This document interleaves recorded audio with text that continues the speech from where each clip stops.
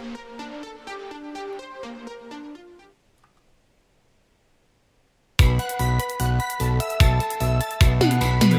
here to Town Hall Heroes.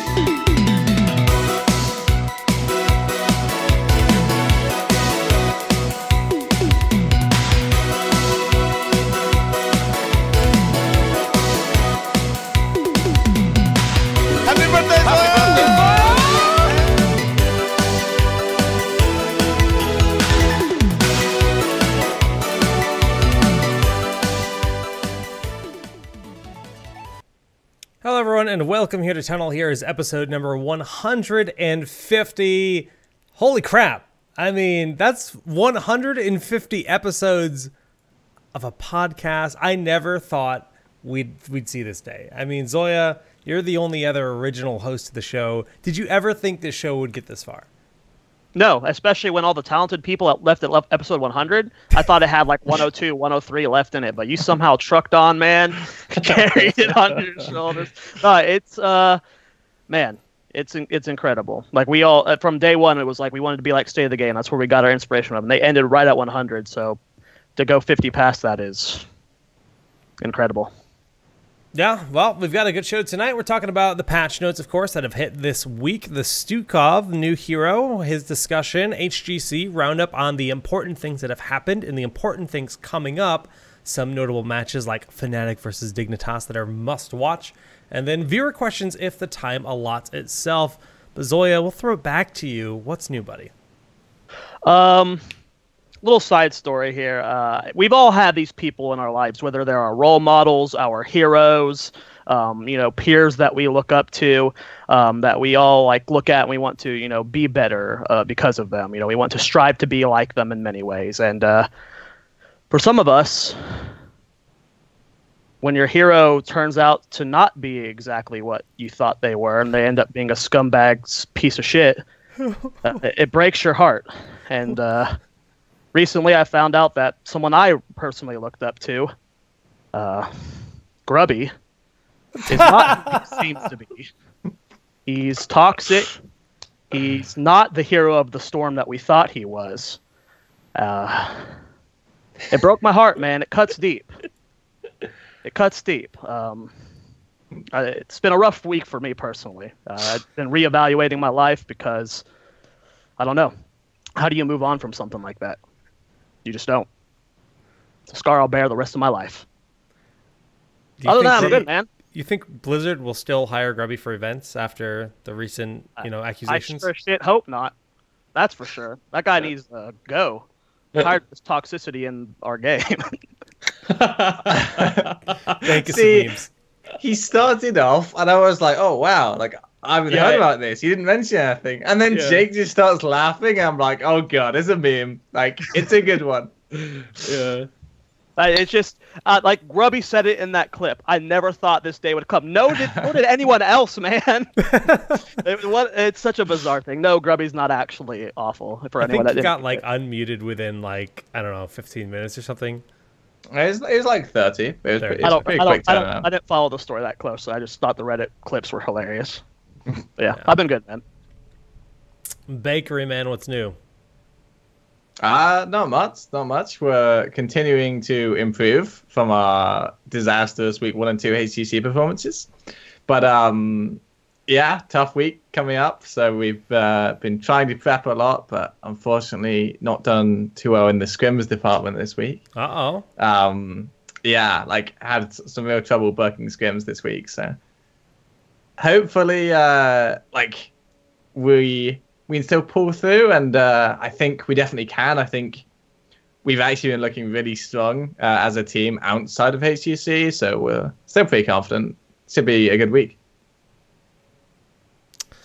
Dunkus, last but not least, how's the stream life? Stream life is stream life, man. Just hero league ups and downs, dude. It's like a roller coaster. A lot of downs from what I've witnessed. I mean, yesterday was the part of the roller coaster where you just get to look over the edge and you're like, oh God, what's about to happen to me? And then you go whoosh, boom. I think I lost 12 out of 15 games yesterday, which is pretty sweet. That's a good But day. 2 days before that, I won 12 out of 15 games. So Even. Pretty much 50-50. Right? That's good. I love watching. What about you, Jake? How have you been, man? Dude, I went to Cape Cod. I got to hang out with my boy Kubi. We partied a bit on the beach, and then we parasailed, which was actually really fun. We were about 500 feet up, getting pulled by a boat out in the ocean of the Cape. And, dude, it was a nice event. I didn't get burned too bad, which is a plus, because I'm a pasty creature that does cook quickly in the sun, and I'm glad I survived that. But beyond that, just been prepping for some of the other events we got coming up. Bloodlust is winding down, and that's kind of one thing I do want to plug before we roll into the show, as we have narrowed things up. So Zoya and Dunk officially have flights. They're going to be flying out here, and this event, as a lot of you guys did know, we failed to secure like real sponsors for it, right? Twitch is our one true sponsor, and because of Twitch, we're able to put the prize pool starting at $2,500. So huge shout out to Twitch for letting us do that, and it also lets us fly out Dunk and Zoya. The prize pool is about $4,000 right now, a little bit more than that. And crowdfunding will continue on until the event actually ends. But where we're at right now is we just confirmed that Roll20 will be taking the spot of B-Step in Bloodlust 2017. So Roll20's in. The Bloodlust Open Finals, the bracket is up. I can pull those up. This is basically we had open cups where teams were competing for several weeks. And it has been narrowed down to these 8 teams here, where we have Hold It Down versus Imported. And then so this bracket, you'll look at this, and if you follow the amateur scene, you'll say, why the heck is Hold It Down and Imported round 1? And this is because of the way that we seeded the bracket via points. TLDR, Imported only played in the last cup, where they got like 2nd place, I believe it is. So that put them in last seed. They just barely qualified for the event. So they're playing seed 1, and that's seed 1 versus seed 8, which is pretty standard. And then, so those are 2 of the favorites. Flame is Lame versus Donkeys R Us, also kind of favorites. Oh My Science played really well throughout the cups, and so did Firm Handshake. So those are the teams to really look out for. And I feel like the new guys in Scorpion Raccoon are kind of the wild cards in there. But that's going to be the qualifiers for the open division. And then we're going to... How many people from this move on to the main event? 2, just 2. Yeah. So the finals, is the finals played out for seeding? Nope, it's actually semifinals only. The finals don't play out for seeding. They just get 7th and 8th seed because they're against the pro teams. So no matter how you look at it, they are the AM teams. They're going to be 7th and 8th. I don't actually think there's enough of an advantage for the finals to be played out to warrant another series. So the semis will just be best of 5s. In that way, it's more meaningful in that. And we've also invited the other 4 HGC teams to compete for the final 2 spots in the event. And basically that's Naventic, No Tomorrow, Superstars, and Even in Death. And we've basically said, hey, we would pair you up for a best of 5 and play for the spot. The teams have not confirmed that they're all interested and willing to play in that cup yet. If it does happen, we'll have more news on that. But yeah, Bloodlust winding down in terms of the preparation process and the qualification process, but that's been consuming pretty much all my time lately, just getting that all prepped.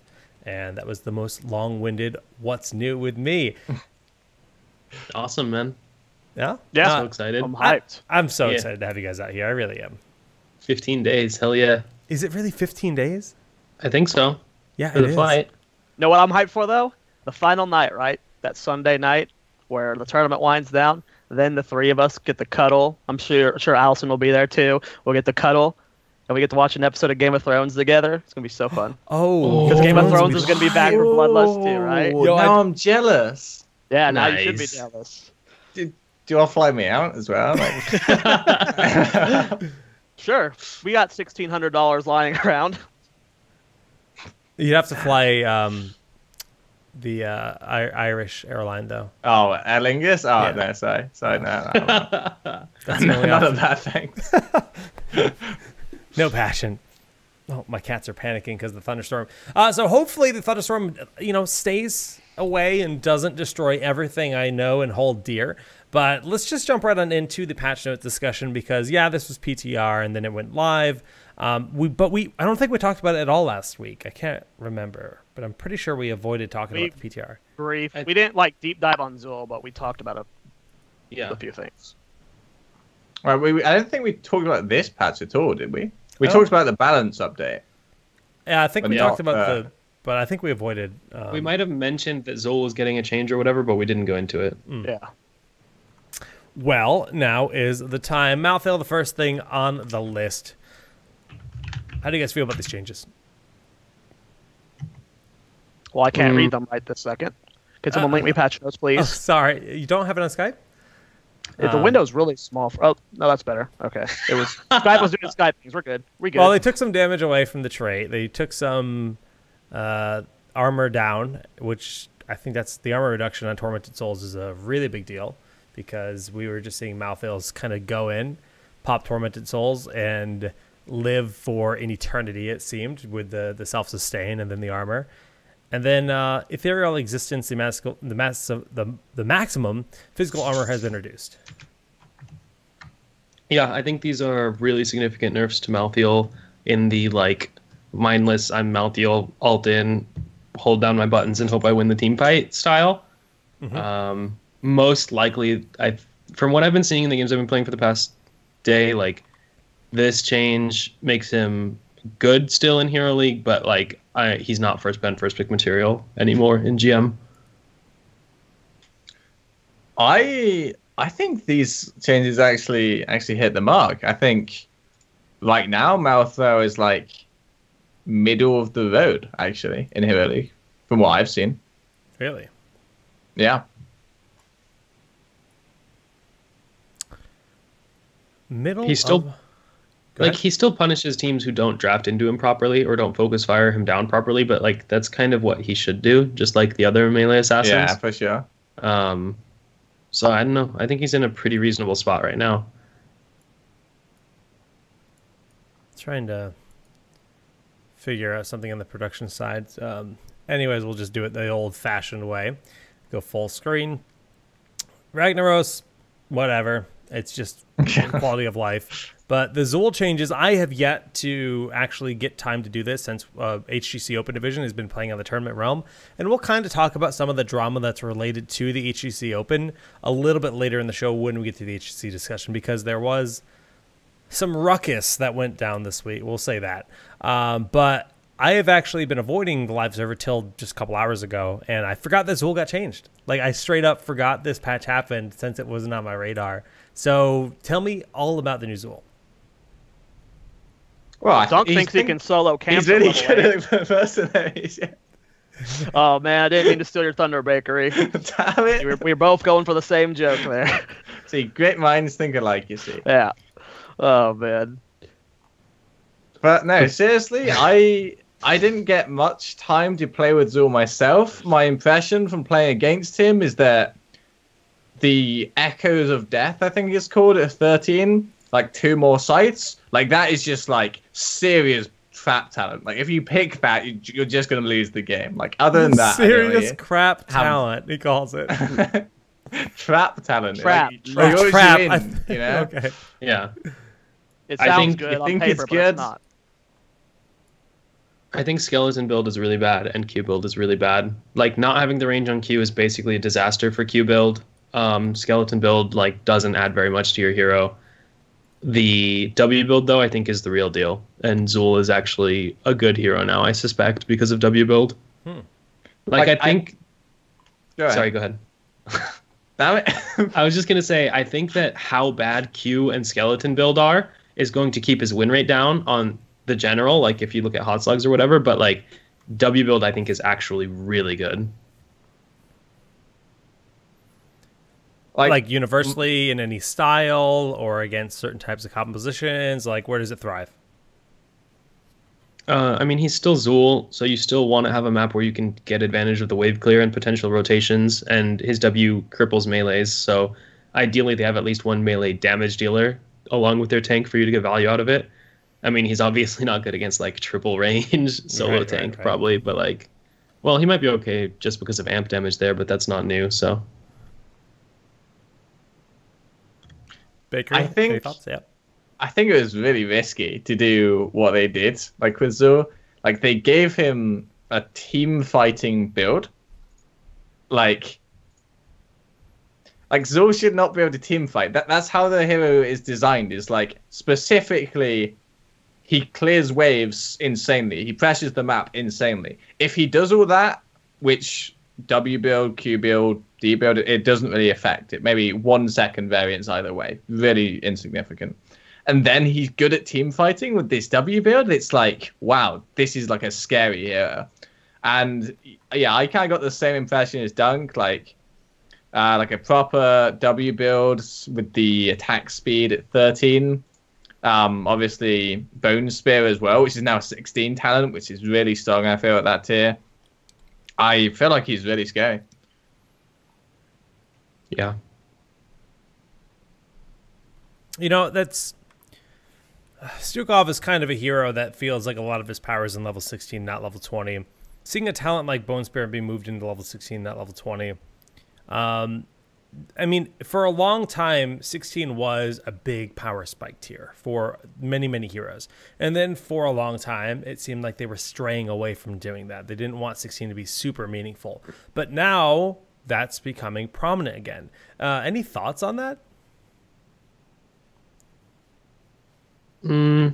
I feel like it's not really intentional. I feel like just sometimes they end up with heroes that have really strong 16s and sometimes they don't, realistically. Like, I don't know, Stukov's level 20s I think are all pretty bad, and I think Zul's level 20s are also kind of not good. I'm not certain, but like I've tried to play around with them, but they just don't seem that impactful. I don't know. Fair enough. I mean, like, I feel like the slowing, like, minions are just really annoying. It is, yeah. Like, outside of that, not really feeling his level 20s. Yeah, I'm not sure if it's like an intentional move, but I do kind of like it. Like, I always like, the thing I enjoy most about talents is actually just getting something new. Like, it's not like, you know, oh, maybe I can choose between these two. It's just like, I get to that level, I get a new tool. That's what I enjoy. So like getting like a power spike at 16, even if it's like I have to choose the talent every time, like I still enjoy that aspect of the gameplay. Yeah. Like Benediction, it's fine that it's just like almost always the best talent there because it's an extra tool that you have to use properly. I really enjoy it. Yeah, I mean, just from a design perspective, it makes sense to like you give heroes different viabilities whenever you give them their spikes. You know, not every hero needs to have a level 20 spike. Sometimes they'll, you know, you pick a hero because they will spike at 16 and they'll be more powerful early on. And sometimes, you know, with heroes like Nazebo before he's bugged, you know, once you get 20, he turns into a god. So it just, I think that diversity is fine. I don't think it needs to be ironed out. Like 20 is the final massive spike, right? You know, as long as they are either consistently good the entire time or get that spike at 16 or 20, I don't know. I don't see an issue with it from a design perspective. Yeah. Yeah, fair enough. I mean, new Zul, better or worse? Start with you, Bakery. Definitely better. Not sure how significant. I'd say like, yeah, okay. I'd say like definitely better, pushed into this like viable, like possibly slightly OP in Hero League, but in competitive still probably not top tier. Dunkus? I think, yeah, that assessment is probably accurate. I think he got a lot better for Hero League because you're not as much of a liability in team fights, but he does all the same function, I think, in competitive, so probably won't see too much of a shift there. Fair enough. Zoya, are you excited about the new Zul? I don't know. It just seems like he's a niche pick that got better at his niche and a little bit more viability outside of it. Whenever you saw him in the games he was in, he was fine. Like, he didn't feel too cancer from like the viewer perspective. So, I don't know. We'll have to see how the team fight trickle affects him. No? If we're seeing him every game, that would be really bad, I think. But it doesn't sound like that's going to happen. No, it seems unlikely.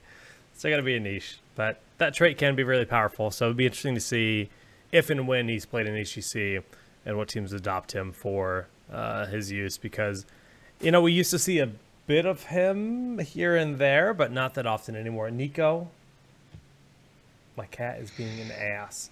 Anyways, let's continue with the patch notes discussion. Tyrande's next on the list, and she's getting some nice changes here. A little bit of love. Now, Tyrande's a hero they reworked, and, you know, people like myself who are absolutely in love with the Priestess of Elune were a little sad when the rework actually happened. It seemed exciting, and then it just kind of fell flat, right? I don't know if it's just numbers or what. And they've slowly been giving her a bit of love, like in building the additional girth on the owl at level 1. I think that's helpful. Dunk gave me a nice little smirk.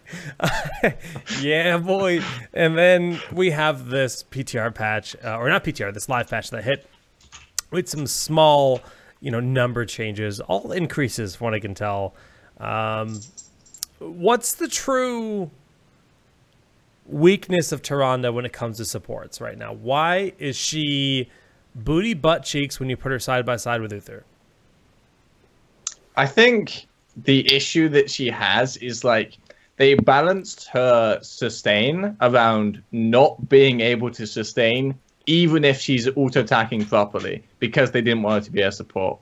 And then the current meta is, you know, Genji, like Greymane, Anub'arak, these like hard dives, lots of threat on these heroes.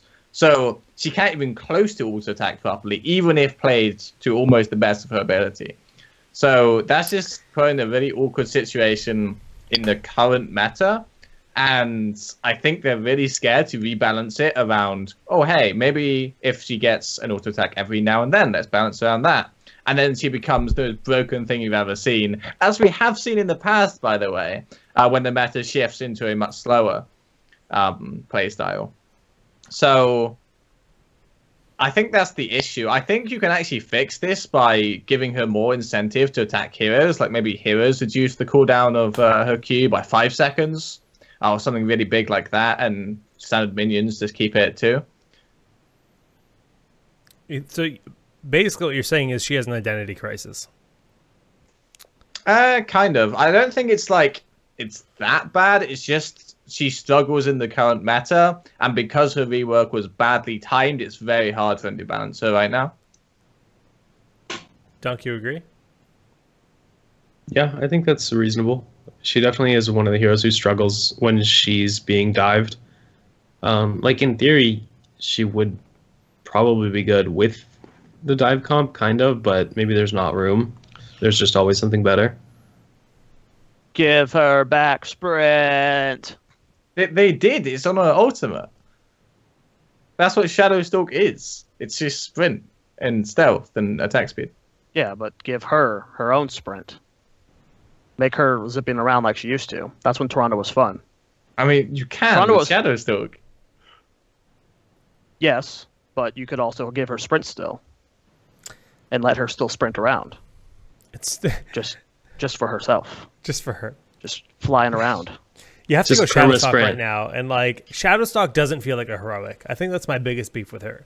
Shadowstalk is her second heroic ability, and they've changed it many times. It used to reveal the enemy team. At one point, it would cloak and heal your own team, and now it's like a self. I'm going to be a machine gun kind of heroic, which feels probably worse than any Shadowstalk iteration that's ever been in the game. I find her newest Shadowstalk is I hate it. I despise it. It just, I hate it. It's bad. And I don't usually say like, F this ability, this is miserable, but that's how I feel about the new Shadowstalk. Reading these dev comments about Tyrande, basically they're saying the community has asked for substantial buffs. And while we would love to do that, our data says that she's fine. But like, I don't know what it is about Tyrande. Tyrande is my most played hero in the game. And that's why you're getting a rare jank rant, where I find new Tyrande to be less fun than old Tyrande. And like, fundamentally, if she doesn't feel stronger and she feels less fun, I think this rework is a failure. And it's kind of disappointing because I was so excited for the new Tyrande rework. And it's good to see that they're at least addressing some of the issues and giving her some stuff. I think the additional, I'll be normal and say width of the owl is a good change at level 1 that makes it feel a little bit more meaningful. But like, you know, the fact that the owl used to be cooldown reduction for everything, and in the middle of a team fight, you could hit a big owl and get that cooldown reduction on your lunar flare, on your heal, whatever. And then maybe save someone. That felt really, really good when you hit that 3-man pierce or whatever with the owl. You can't do that anymore. And like, to me, that makes Tyrande feel a lot less flashy and fun than before. And now she's a ranged assassin that can kind of heal, throw out stuns that aren't even as efficient as, like, I don't know, half the stuns in the game. And Jake Rent over.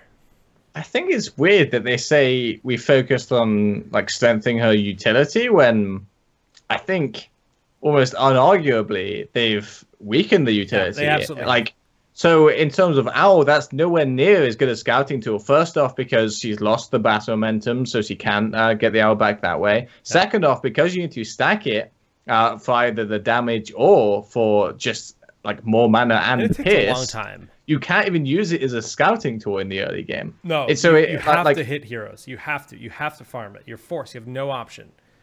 And they also reduced her damage output, like compared to pre-Tyrande with her basic attacks and which is bizarre.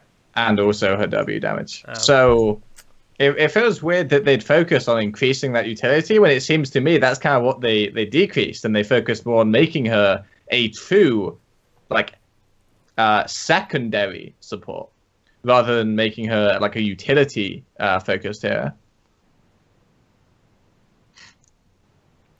Feels bad, man. I don't know. That's kind of like happened a lot with Blizzard and supports. They say they're trying to do one thing, but like the exact opposite happens. Lucio, they said he wasn't supposed to be a solo support, and then he was the craziest solo support to have ever hit the game and had to be deleted into oblivion. I mean, I think everyone's okay with that. Lucio was never fun to begin with. Lucio was a whole lot of fun to play, man. No, you're wrong, baby. Go play Overwatch. Go play in the Overwatch World League. Did you see the announcement of the 7 teams, the 7 cities? Mm-hmm. That's going to be fun to watch unfold. A lot of dollar bills being thrown at that game right now. We'll see what happens. But back on track. Before we move on, I just wanted to say about this attack speed increase.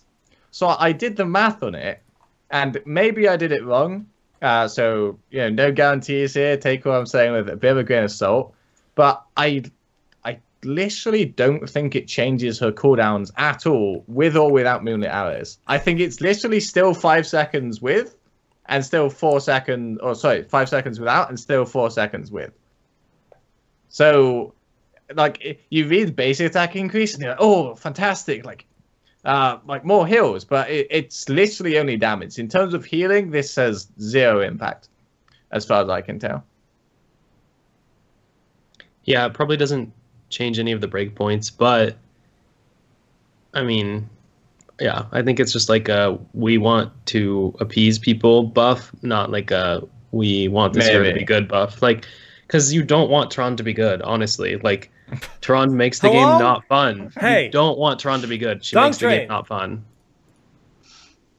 I mean, I am actually really surprised they didn't change Mark in her rework, to be honest, because I think that's the reason they're so scared of buffing her, because she just makes one-shot comps. Like, well, that's the easy fix. You bring her Mark down to something more reasonable. You bring Mark down to 10%, and you wrap True Shot Aura into her trait. Like, there's a lot of different ways to balance her, and I feel like wrapping kind of like a nulled True Shot Aura and Mark into her trait is only incentivizing auto attack styles of play. Suddenly she becomes a hero that harmonizes well with the Cassia, the Vala, you know, whatever. And that's, you know, that's kind of what Hunter's Mark is supposed to promote. That's kind of the core element of Tyrande. But like you just mentioned, in the existence of this 25% damage amp, she becomes a blow up comp. And that's, you know, that's not great. Just wrap True Shot in, nerf Mark, fixed. Huh. I don't know if that's fixed. Man, Jake gets infinitely more fired up whenever Tyrande's the Dude, Yeah, she's my dude. bae. It's fucking He nuts, gets man. so into it. It's nuts. Like, I think the thing about the Tyrande rework for me is that I really love the direction that the talents took. I think like that talent design and the ideas and philosophies that they had of how we make a good talent tree were fantastic. And I'd love to see more stuff like that moving forward. But I think what they missed out on with that rework was what makes Tyrande fun and what makes Tyrande Tyrande.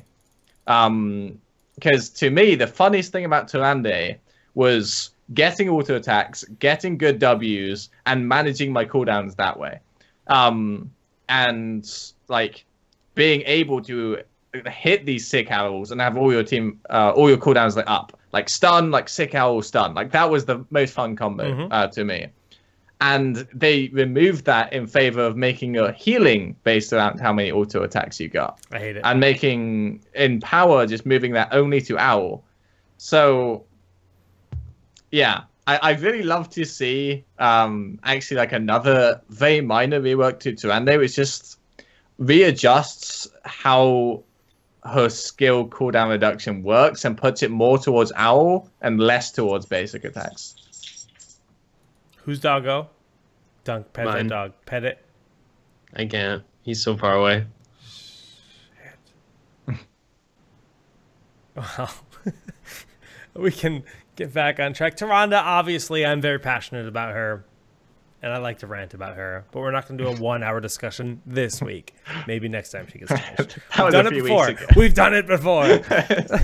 Anub'arak, you know, much needed changes. When we look at the big three right now, it's commonly Anub'arak, Uther, and Genji. Tassadar very much creeping in to that range as well as being a heavily prioritized hero, and it's you know, it's all warranted for sure, but Anub brings so much to the table in the anti-spell damage, the cocoon being the freest heroic with mega impact, pretty much guaranteed as long as you have a competent team, and he's getting some tweaks. So the attack damage has been brought down a little bit, and his basic health has been reduced a bit as well. They're going to be taking Locust Swarm and trying to incentivize more use of Locust Swarm in the hero because it sees 0 play in competitive, so more damage, more healing, and the duration has been brought down. So it's a little bit more of it's a smaller window with a higher impact. I think that's a really nice route for the Locust Swarm. How do you guys feel?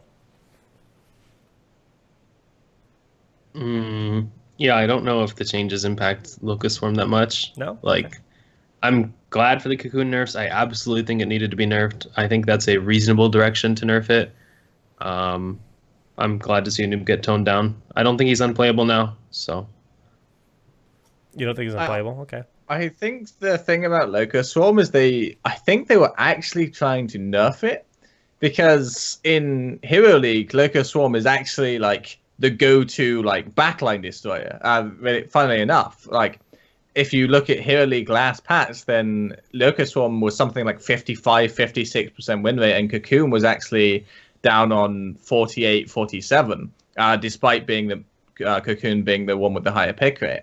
So I think they were actually trying to nerf Locust at a low level by reducing the duration, but possibly incentivize it a bit more at a higher level by increasing the impact while it actually is up. Yeah. But yeah, I agree with what Dunk said. I really appreciate a Cocoon nerf, even though it was actually the weaker one in match-made play. And I think the direction's pretty good. Yeah, I mean, because literally these every changes. pro. Go ahead, Yeah. John. Well, I was just gonna say, he said in match-made play, and he's right. Like the cocoon changes don't impact matchmaking play that much. It's mostly a competitive. Like in matchmaking, people aren't gonna like cleanse stuff reactively to a cocoon or ice block it, but like that's a real thing that happens in competitive. So this change really is for competitive, and I like that they've shown that they're doing more and more of that, like with recent patches. Yeah. I mean, I don't think I've seen a pro that's defended Cocoon, and most are very active against Anub'arak right now. So it was definitely something needed to change, win rate or not. Like for regular play, like you have to address some things at the competitive level, and it needed to be addressed 100%. I will say it's a bit interesting to me that, you know, after hearing you say that Locust Swarm is already the prominent victor when it comes to, you know, things like Hero League and the average player, Cocoon seems like more of the issue when it comes to the pro play and the, you know, master and above. I honestly just wish they'd make it a skill shot. Like, these changes are nice, right? Reducing the range and reducing the missile speed. But, like, if you kept the missile speed and you make it a skill shot, it would at least feel like this guy made a good play. Right now, it's just a, yay, I've done it, like, ability, which I hate. I absolutely despise point clicks in this game, especially something like that that says you're out of the fight unless your team can break this cocoon. And it doesn't feel good on the receiving end. It doesn't feel good as a spectator. It doesn't feel like it's a well-played moment. It's just that happened. Like, respond. So there was a response on the forum. I don't remember exactly who posted it, but I believe it was either like a balance guy or a producer for the game. And what he said is that they also dislike like how Cocoon plays, and they very much dislike like, you know, ice block a Cocoon and there's no reward. In fact, maybe it's even worse because you just wasted 60-second cooldown for a 10-second cooldown.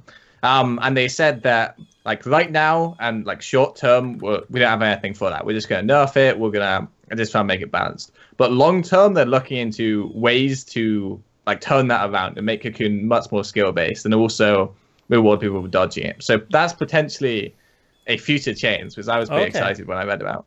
Well, that is good to hear.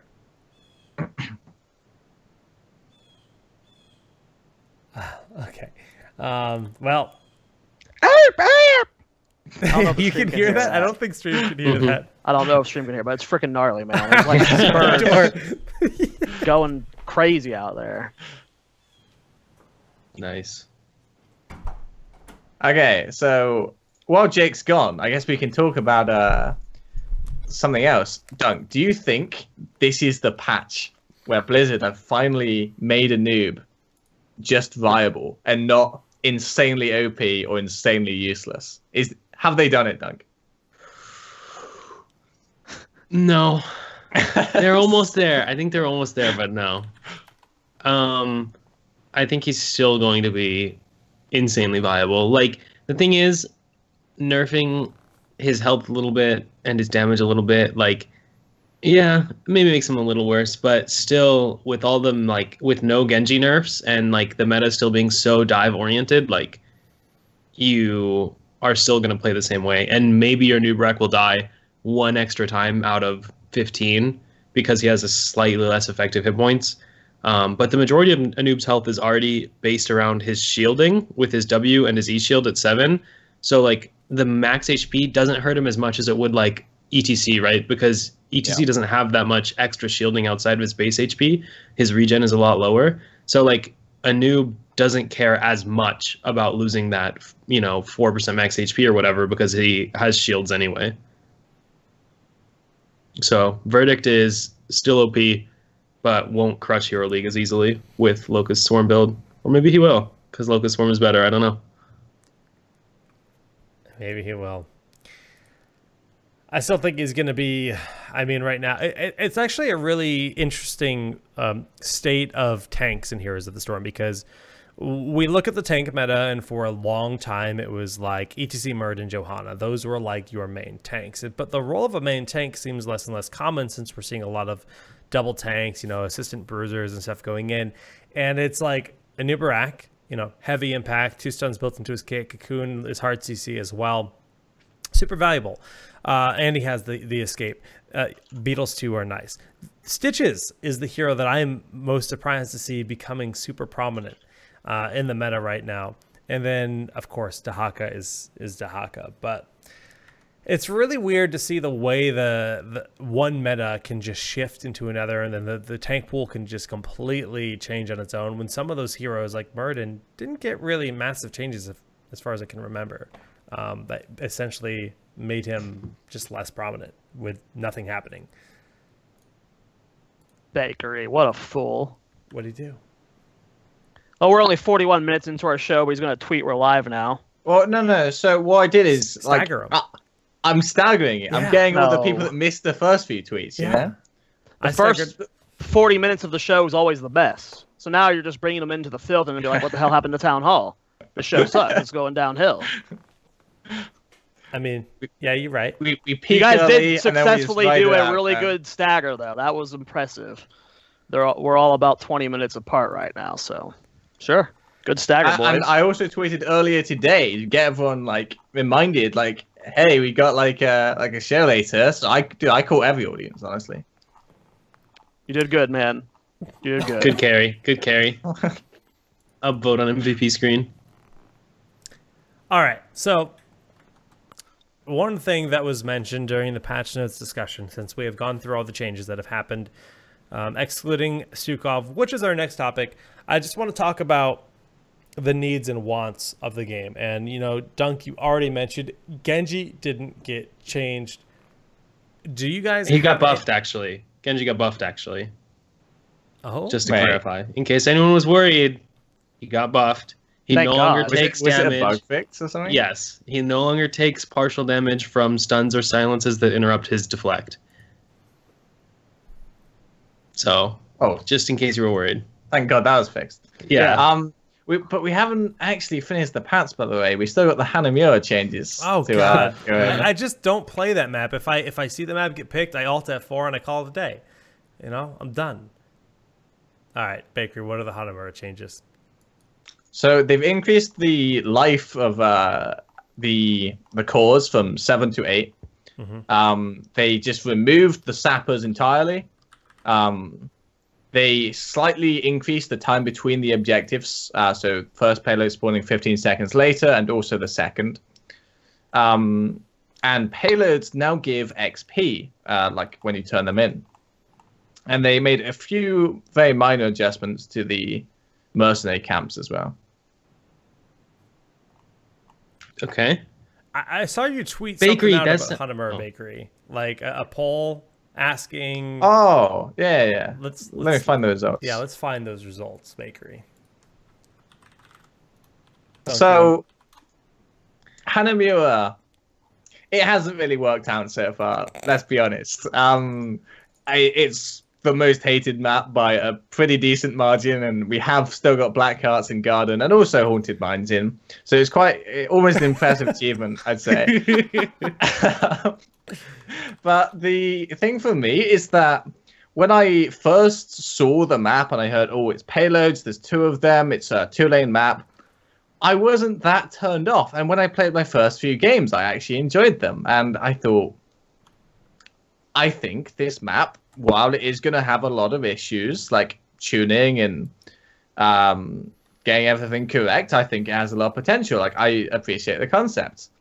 But I think after about 2 days of the map going live, I was just like, what happened? I've never had less fun playing Heroes of the Storm.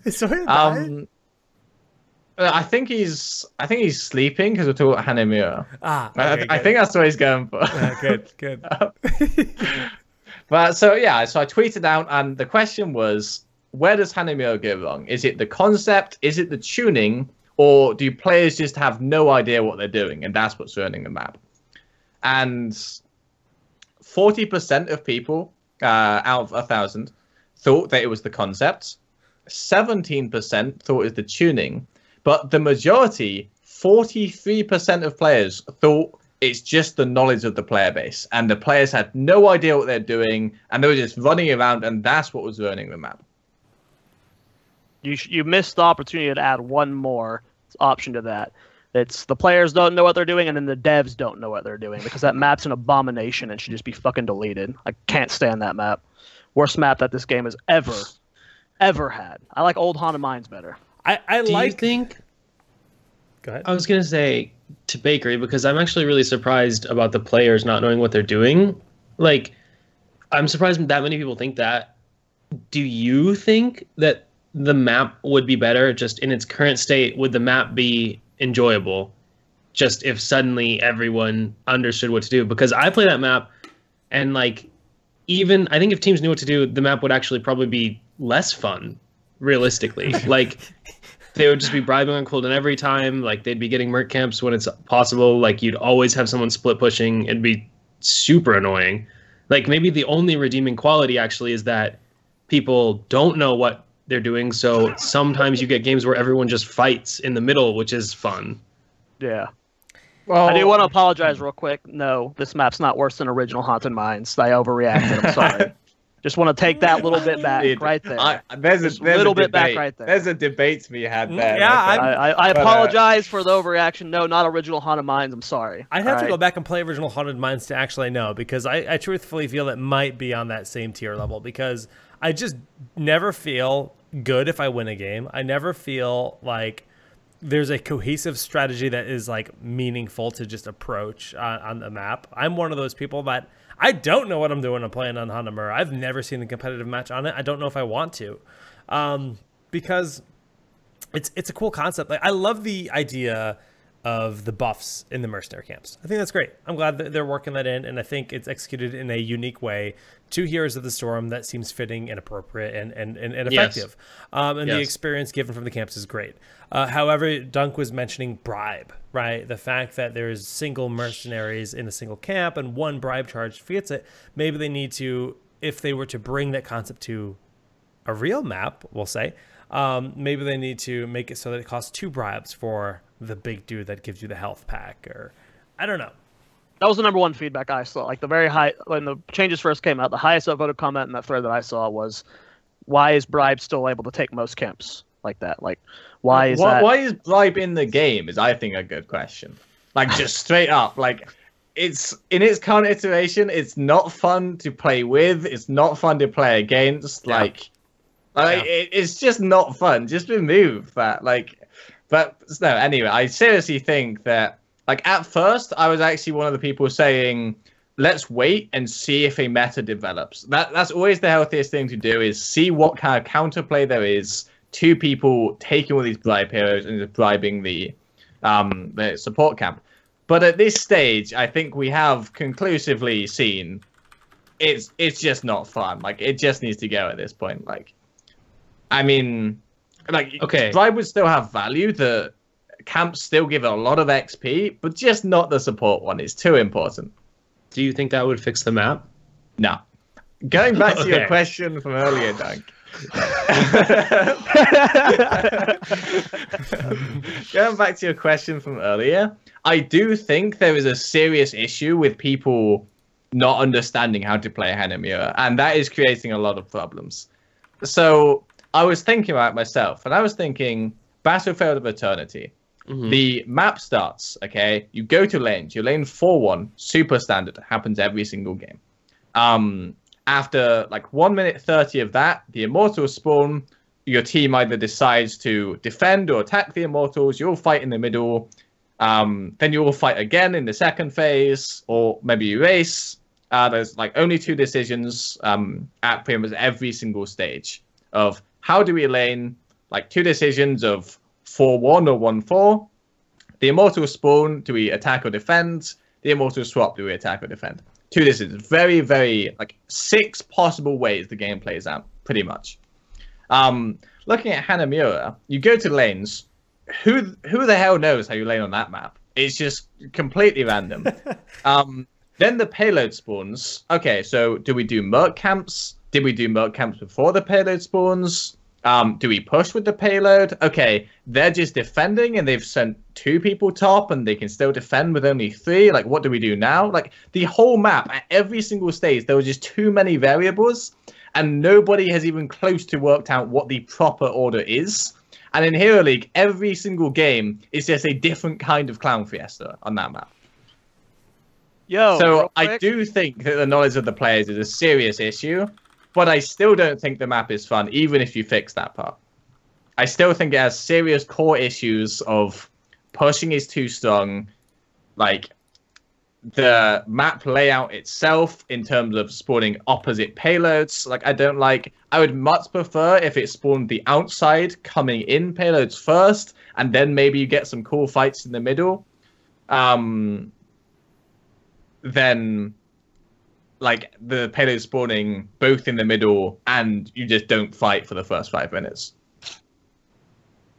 But yeah, I think there's some serious issues, but I do think the knowledge of the player base is a serious one.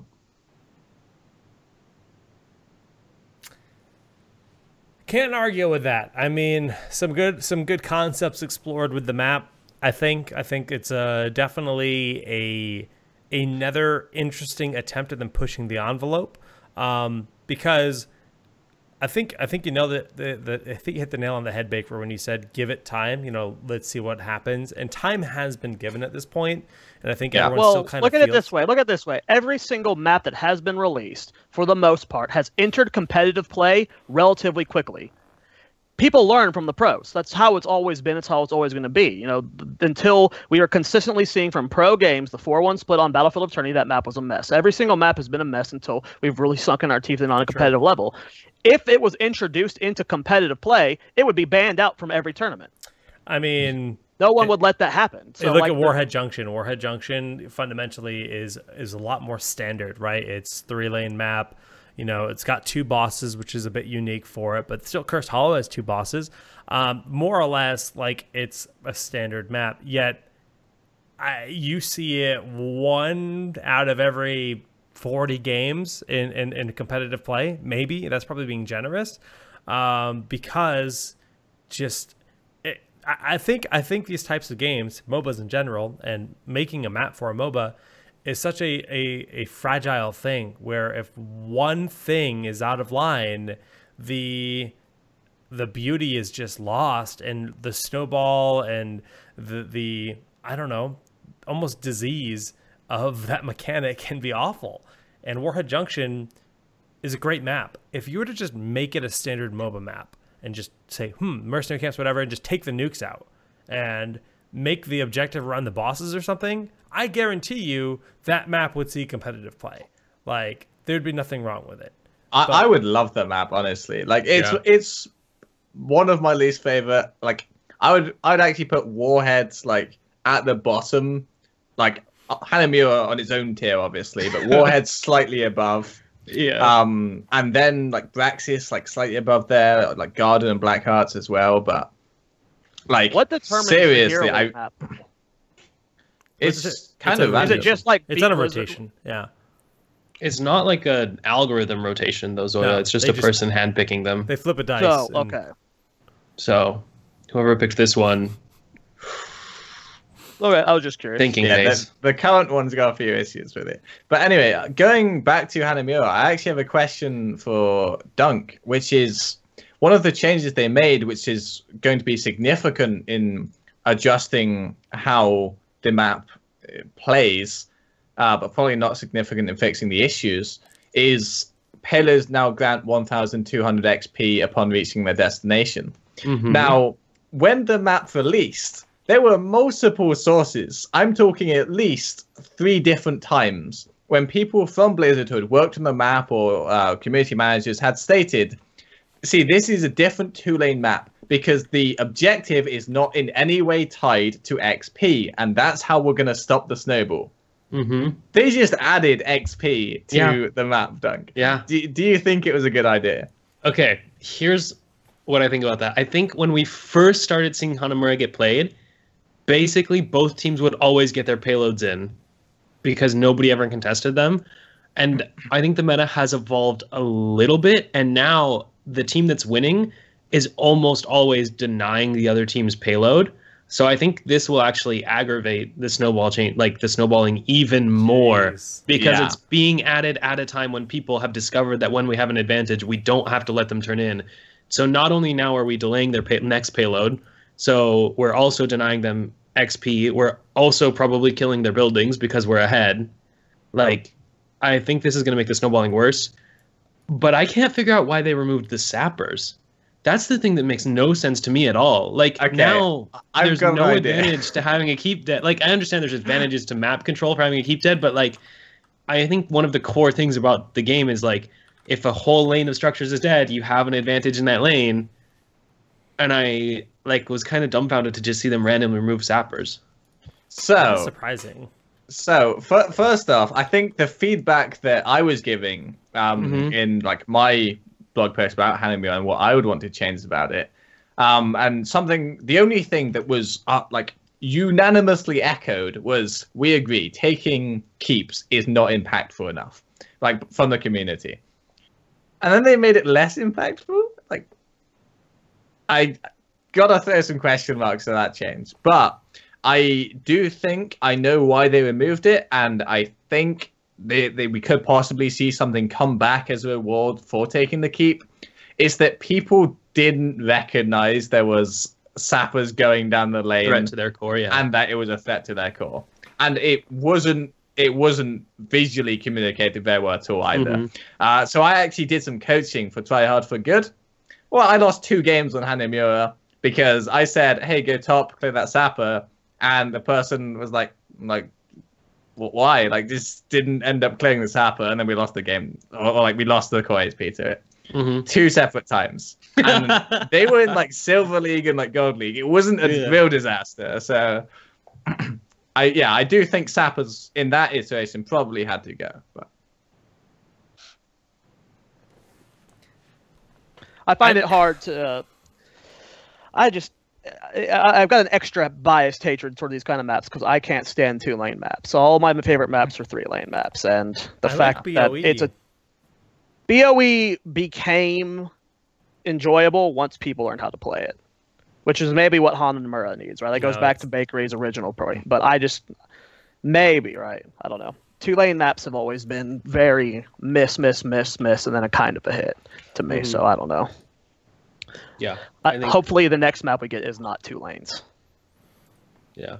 Talking about future maps, I'm really hoping, so Towers is actually my favorite map, but I'm really hoping we go away from these, I'd say almost gimmicky maps, like Towers definitely gimmicky, Braxis. It's a 2-lane, and the objective was kind of weird, so I think of it as gimmicky, but you could definitely argue it isn't. Gimmicky, man. That's gimmicky. Warheads with the nukes, definitely gimmicky. Ugh, And now we've got Hanamura, again, another full-on, you have to damage the core with payloads, gimmicky map. I'm really hoping the next one is just a standard. The objective is not a win condition. Or like, it can be situationally, like very, very late game, it's a win condition. But the objective is not a win condition. There's something else, like maybe a boss or something else on the map that is your win condition. Yeah. And is a 3-lane map. Something like Cursed, like Tomb, I think, and Sky, another good example. Like, I just want another standard map, man. I think Sky and Cursed are still the best maps. Yes, like agreed. they're just standard. Too. They feel good. There's like a lot of options that work. I don't know. Towers, I think, is okay. Like Towers is good. Towers is my favorite gimmick map. Like Towers was the first time they did that, where like you can't hit the core, and like I think that's neat. And like Towers worked out, but I think I don't remember who was saying it, but there's something really fragile about MOBA map design. Like, I think they kind of got lucky, maybe, that their first X number of maps, like a lot of them were really good. And by the time we learned they weren't, we had more maps, so we didn't care that Blackheart's Bay wasn't good, right? Like, because by the time we learned that, we had other maps to play on that were good. I don't know. So where do you put Shrines in the spectrum? Because I think Shrines is probably the most similar to the other 3 we mentioned, you know, in the fact that it's a standard 3-lane map where the objective is, you know, it's kind of like a boss that pushes in. Do you feel that it's still a solid map, or is it a peg below those 3 we just mentioned? Well, the thing about Sky and Cursed is they have multiple win objectives outside of the main objective, which is the boss. You can win with the boss. Sky has a boss. Cursed has 2 bosses. Infernal Shrines, while it's similar in concept, does not have an additional win objective outside of the shrines. That's why it feels like a peg down from them. So the thing for me is that it's actually pretty... It's almost never that you core with the Punisher. It's a rare situation where you got a pick or you got a good fight, then the Punisher spawned in a lane with no keep, and then you core with that Punisher. That's the only time you core with it. Like, the thing that I like about Infernal Shrines is that the Punisher doesn't push the lane. So you have to fight over it, you take it, and you only get a 4. But there's nothing to stop them giving up that sign, trading their own keep in bot lane, or you take the sign. And then maybe 1-for-1 keeps, maybe they traded up because they were smart. Maybe they never came to the first Punisher and they took walls and XP instead. Like, there's so much... Like, the objective is not the be-all, end-all on Infernal Shrines. Just as a tribute on Curse isn't, just as a single shrine on Sky Temple isn't. And I think that's the thing that I'm really looking for when I say a standard map, is one where the objective is important and it matters, but it's not, this is what has to happen. Yeah. The thing about Blizzard is you can compare it to music a lot. A lot of times your favorite musicians and bands and stuff are the ones that take the biggest risk, and sometimes it works for their songs and sometimes it doesn't. That's Like Blizzard. Dead They're all Mouse. about, yes, like Dead Mouse. Sure as that, Jake. But Blizzard's always trying to innovate, right? They're always trying to push something new. They're always trying to be creative, and they're always trying to push creativity. And it's their greatest weakness, and sometimes their greatest curse. Sometimes their innovation pays off. You know, you get really cool heroes, you get really cool map designs, you get really cool concepts, and then sometimes it's the most cancerous, stupid thing you've ever experienced in any game ever, like Anub'arak. So, I don't know, sometimes they're just going to miss, and they're going to miss really hard, but when they hit it right on, you know, it works great. How eager are you guys, just as kind of our final topic on the map discussion, to try a standard MOBA, like a Dawn of the Ancients, just a classic MOBA map with the Heroes of the Storm kits and the team leveling? Because fundamentally the game is still very different with team leveling. The way that soak and last hitting works, it's still a very different game. But we've never been given the chance. I mean, I guess with Sandbox Cursed Hollow you could kind of have that, like, or if you all just played Cursed Hollow and agreed to never touch the tributes, just pretend the tributes don't exist, you kind of have that. But like, I always thought it'd be really interesting to try. And it's against the core concept of what Heroes is. I get it, and that's not what Heroes should be, but I'd still think it would be interesting. I think you could make it work. Like, it would have to be a slightly altered version. You cannot commit 100%. This is, or you could, but in my mind, you wouldn't. You would make like blue buff, red buff, dragon, and Rift Herald from League of Legends. You would make those important focal points. Yeah, the bosses essentially, which in a way, yeah. So it would be like the two bosses either side of the map, and then each team would have their own buff. And you need to change it slightly from blue buff. Maybe it's like an aura around you, minions push harder, something like that. But I definitely think it could work. The thing that I love most about Heroes is the way that the heroes control and the way that the games play out. Like, when I fell in love with Heroes, it was because Dragonshire, Cursed Hollow, and there was one more. Sky? Possibly Sky. I started playing before Sky. But I fell in love. Definitely that one. I fell in love with that kind of gameplay. Of there is an objective and it is important and it does force a fight, but it, like, you still have options and you can still choose not to go there and stuff like that. So I do think you can make a almost League of Legends like map work, but if you fully commit, like, I'd be very interested to see how it played, but I don't think it would be great.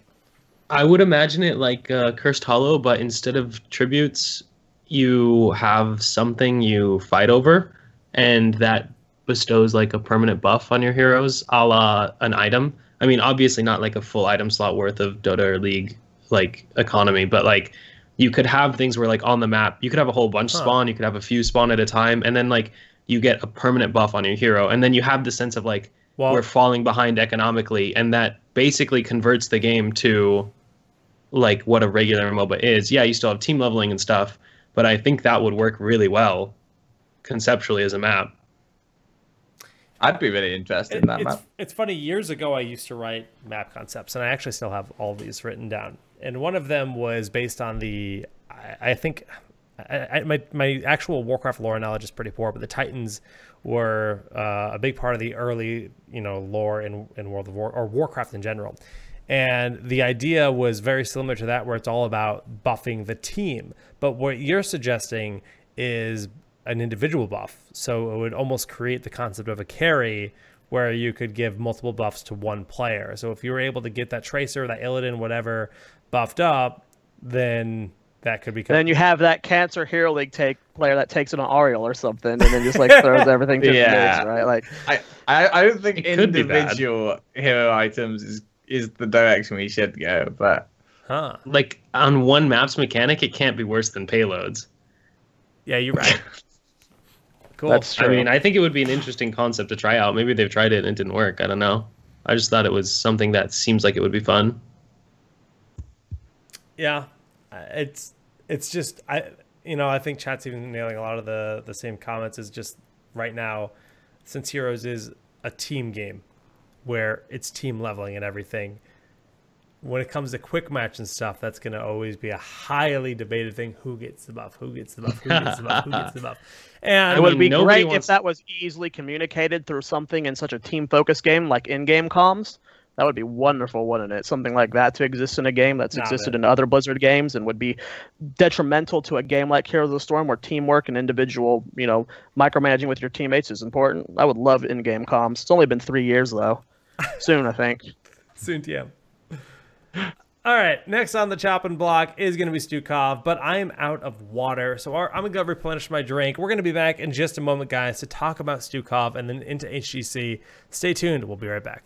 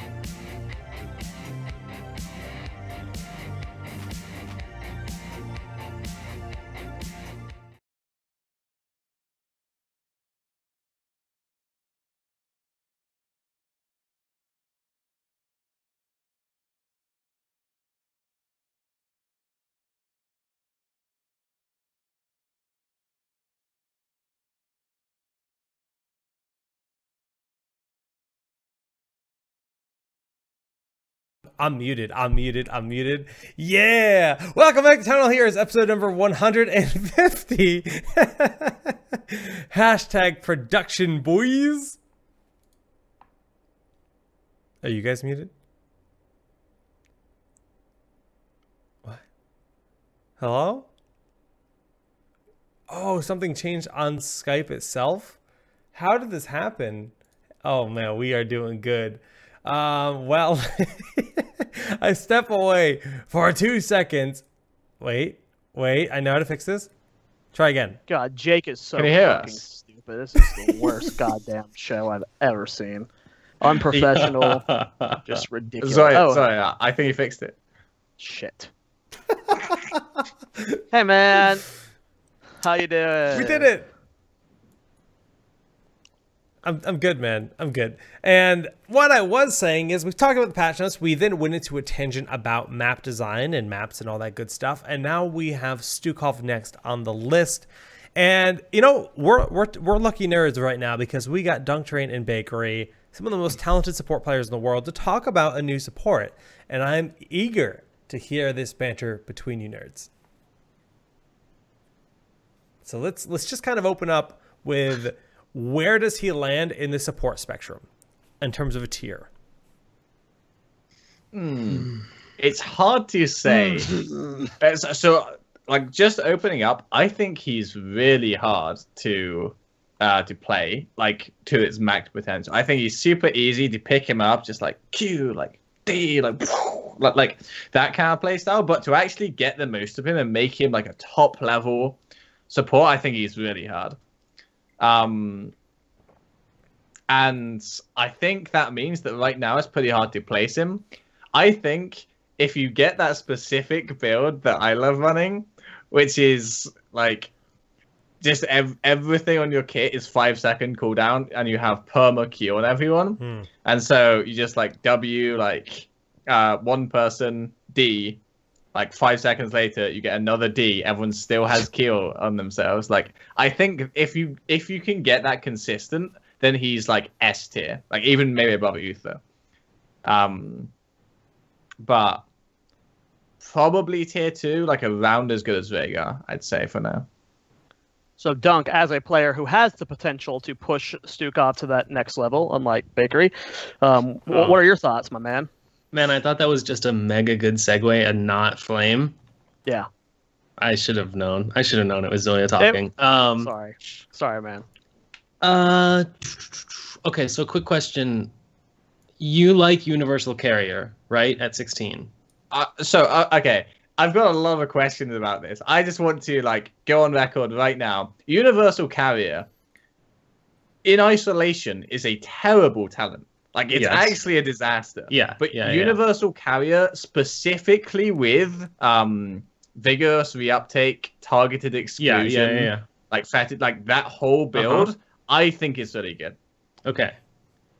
So, how do you deal with the fact that the first time you consume your heal, even with universal reuptake, it still all goes away. It doesn't like stick around unless there happens to be one projectile traveling between two targets. And are you suggesting that to get the most out of that, you have to actually play around detonating your trait while it's traveling between two targets? I think it's super easy. I think it's. I was doing it on 200 ping it last night consistently. Damn.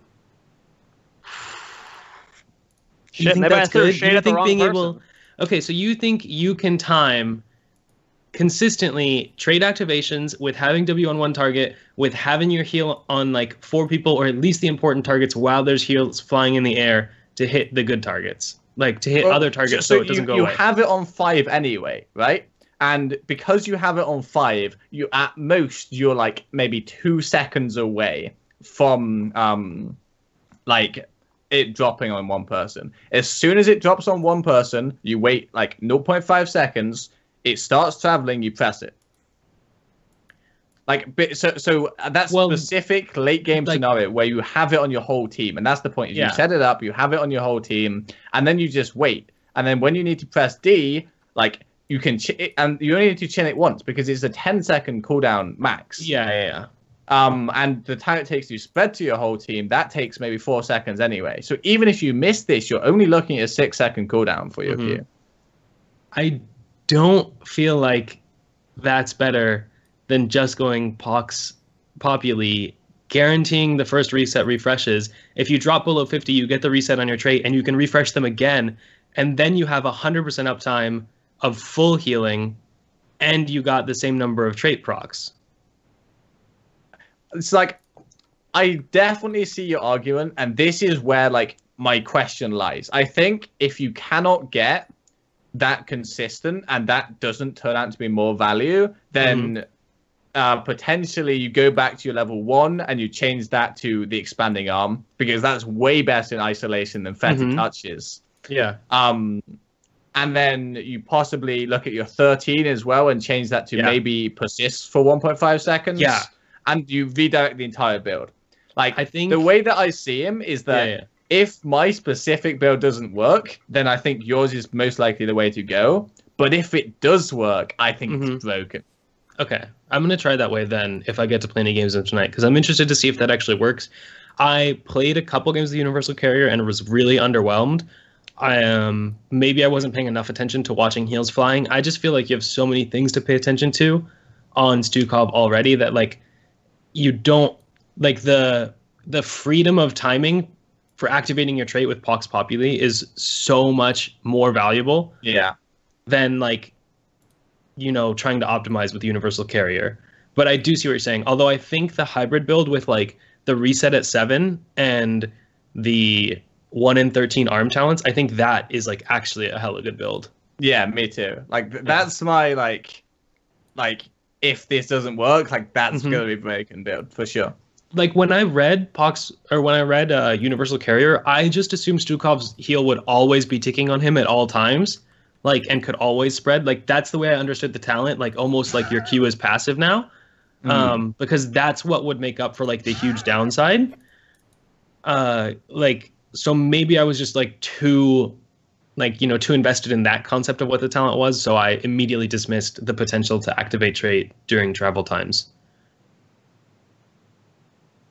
Yeah, like that's the thing for me is that like it's just a really bad talent if you're not using it for that specific. My trait is 5 seconds, and every 5 seconds I heal my whole team. If you're not using it for that, it is really terrible. It's like a net healing decrease. Even though it's 100% uptime, like it's a really bad talent unless you can get those consistent thugs. Dunk, I need you to move your mouth while I'm talking. Just don't say anything, all right? Hello, Dunk Train here. I'm just going to say, me being the only one of us two who has won a world championship, you guys should listen to me in chat. If you have any, need advice on Stukov, world champion here, to the side of me, this is not a world champion. This is a consistent second place / winner in some region that doesn't really have much success anyway. So, please follow what I say more than the bakery. Now it's Jake's turn to rebuttal on bakery. Jake, I'm gonna need your help.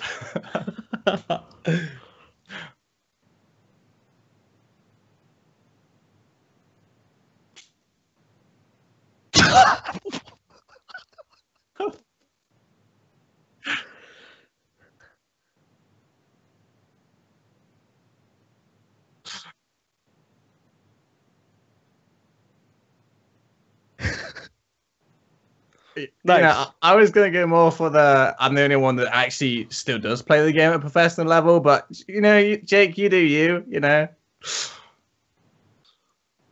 Oh, apparently. Oh my God, Chad couldn't hear Jake. You gotta be kidding. No, Jake. no. Oh, no. That was the worst European accent I've ever heard, and it just got ruined. Oh, poor Chad. Bit ruined. Cancel the show. Bring it down. Cancel the Okay, show. so back to reality. Yes. We were talking about this last week, I think, Bakery, a little bit. We were talking about the alts and how the flailing swipe seemed really unimpactful and not quite good. Yeah. The data is actually like, there's not that much of a sample size yet, but the win rate is almost like a 10% difference, I think, between flailing swipe and shove. It's like flailing swipe is like at 41%, I think, when I looked, and shove was at like 48 or 49%. Like, I think that the shove arm is like actually good, and then the swipes is just like not impactful enough. Is it still having issues where the shove cancels on accident sometimes when you're like mashing it? I remember Bakery saying something about that, right? No, not the shove. The lurking arm does that. Yeah. His E does do that. I noticed you can get it to repro 100% with on release if you double tap E, like while the first animation is playing, it like you double tap E as the cast has started, and before the E has even popped, even if you're finished double tapping E, it'll cancel instantly. With quick cast, I get the bug like maybe 15 to 20% of the time, my E instantly cancels for no apparent reason. Yeah, so I also had that experience, and I thought maybe I was doing something wrong, but I actually check a replay, I picked a random replay. I didn't even think it lasted that long, and bug happened 8 times. I was like, okay, jeez, okay, yeah. Must be a bug. I can't be messing up this often. Yeah, I think if that bug gets fixed, it'd be really, really, really nice. Like, I don't know, but yeah. I think right now a lot of people are probably getting baited into picking trap talents that are costing Stukov's win rate a lot. Like, I think there are a lot of talents that are just not good, and I think he's going to be tough to learn how to play for people who aren't support mains. So I suspect that even if the win rate is like not that excellent at first, I still think he is like probably, in my opinion, I think he's tier S. Like, when I play him, I feel like I am as valuable as Uther in Hero League. When you say some of the talents just feel not good, are you saying that just from the design of them is not good, or they're just undertuned and like some number tweaking can fix them? Well, like, a lot of them could be number tweaked, but like conceptually, like, let's look at number 4. Conceptually, right? The talent top off, like, what is the point of this talent conceptually on level 4? So the heal over time on the initial target is increased while they're above 60% HP. Like, the heal over time is like okay, but not great, and it doesn't work on any of the targets it spreads to. Like, this talent just does, I mean, basically nothing. Wait, only the initial? Yeah. I thought it was everyone. Yeah, like dude, that's the same. Every person who said it to us said I thought that was everyone. Yeah, like, this talent, like, even if it was everyone, I think it's still not a good talent, like, power level wise. Like, it's pickable in like 4v4 lane maps, but like on only an initial target, it's like if you're picking this, you are literally throwing away a talent. I hope someone like Twitch clips that or something. Just Bakery's realization that was like, holy shit. That was okay. So I already said that's a bad talent. You're never gonna pick that talent, and I thought it was everyone. Like, damn. Wow, I can't believe how bad that talent is actually. Yeah, I mean, it's honestly mind blowing to me. Like, how not good that is. Okay, so some of them it's just pure awful design. Can you give an example of one that could like potentially be better with number tweaking? I think one good spread also at 4 is a good example. I don't think it competes with Biotic Armor or Vigorous Reuptake right now, but like maybe 1 more second of cooldown reduction, and that's a good talent. Well, I think the cool thing about that talent is that it lets you Q, activate your trait, and then Q again, and have no downtime on like the 3rd Q and trait activation. It makes them line up. I think that's why, like, conceptually it's 2-second cooldown, but you're right. I think it maybe should be another second, because to account for spread time, like, you want the extra heal sooner anyway. So I think this talent isn't that bad, but it's just like, it just doesn't compete with Vigorous Reuptake, realistically, in my opinion. I don't know. The other thing is looking at targeted excision. That's actually the lowest win rate on that tier right now, even though that seems like the broken one, right?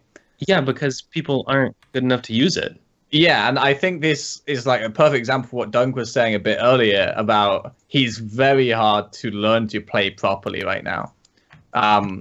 And even though his win rate looks slow, like once people actually get good at him and get more comfortable, then he's going to be like really pretty scary. And that's with like little bugs here and there, right? And like some weak talents. So like when he gets more optimized and tuned, do you think that he'll still only be good for like players that truly understand him, or once he gets optimized and tuned, he's going to be broken like Lucio across the board? Yeah, I think in his current tuning state, if everyone who was bad at Stukov just played the lurking arm build that I recommended, I think they would do fine, and I think he would be really good. Like, even if you're not familiar with them, you can spam Q, wait for it to be on 5 people, activate it. Takes 0 skill to refresh your heal on all 5 people, get value on at least 1 or 2 targets for like 2 Uther Qs worth of healing, like 2.5 with the quest done. Like, and then you just spam E and cancel it really fast. Like, it's so much value. I think that build is actually good for. I think that build is like good for noobs at Stukov. I think this only thing you have to change to actually be really effective is the level 7 talent to get the reset. So your second Q activation can also be activated, and at that point you're cooking with gas. That looks really weird, and it shouldn't look as weird as it does. Let's see if that fixes it. There we go. So just comparing your 2 builds that you guys are your go-tos. Growing Infestation level 1 is your go-to. Vigorous Reuptake level 4 is your go-to. But level 7 is when we finally see a bit of maybe contention. Bakery likes Within My Reach, the increased range and lurking arm. Dunk, you like the targeted excision. How do you guys feel about those, and when would you alternate those decisions? So I think targeted excision is the better talent, but I also think it's super hard to play with. So what I'm recommending here is that people who are learning to play the hero, they take just Within My Reach and go this arm build and just get like more comfortable with the kit before going towards Dunk's build. But after that, it's identical for the build. So if you're just learning Stukov, this is your recommended build. Dunk, would you make any changes to it? Considering the rest of your build is the same, probably not. Yeah, it's all the same talents. I have a question, Bakery. Let's just say, I know this is an absurd hypothetical situation. If you were to go into HGC right now and you guys drafted Stukov in a competitive match this weekend, would that be the build you play, the one that you just designed, or do you have a different build for competitive play? Because this was designed for people, in Hero League and stuff. Is that the build you would take into an HGC match? Clearly, absurdly hypothetical. You don't have enough practice on them, but. So I would either play the build that I was talking about earlier with like Fetid Touch, Vigorous Reuptake, Targeted Excision, Massive Shove, anything really on that tier. Probably the reset on your D, and finally Universal Carrier. I'd probably go with that build if I felt comfortable on it, and if I felt like I'd got good enough. But if I hadn't, I would actually go for Dunk's build. Because I do think that is just the standard. This is a good build, and there's nowhere near as much micro-intensive, like super important usage, and getting super punished, especially if you miss the targeted excision.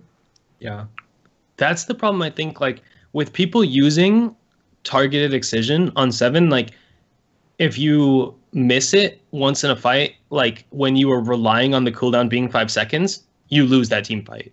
If you throw out a W and your Q is spread and you pop your Q expecting to have a 5-second detonate, you lose the team fight.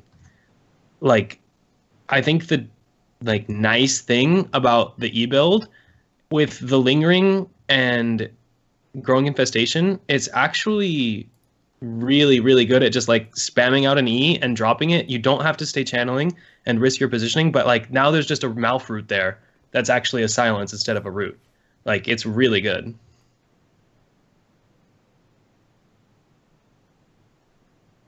I like to ask Jay how this.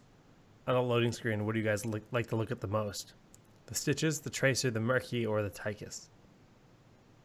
It's a random tangent for anyone listening to the VOD, but I think Stream saw that, right? Stream saw it. Tracer. He's British. He gets a pass. It's the wrong answer. Tracer, she's beautiful. Wrong answer. Dunk? The water?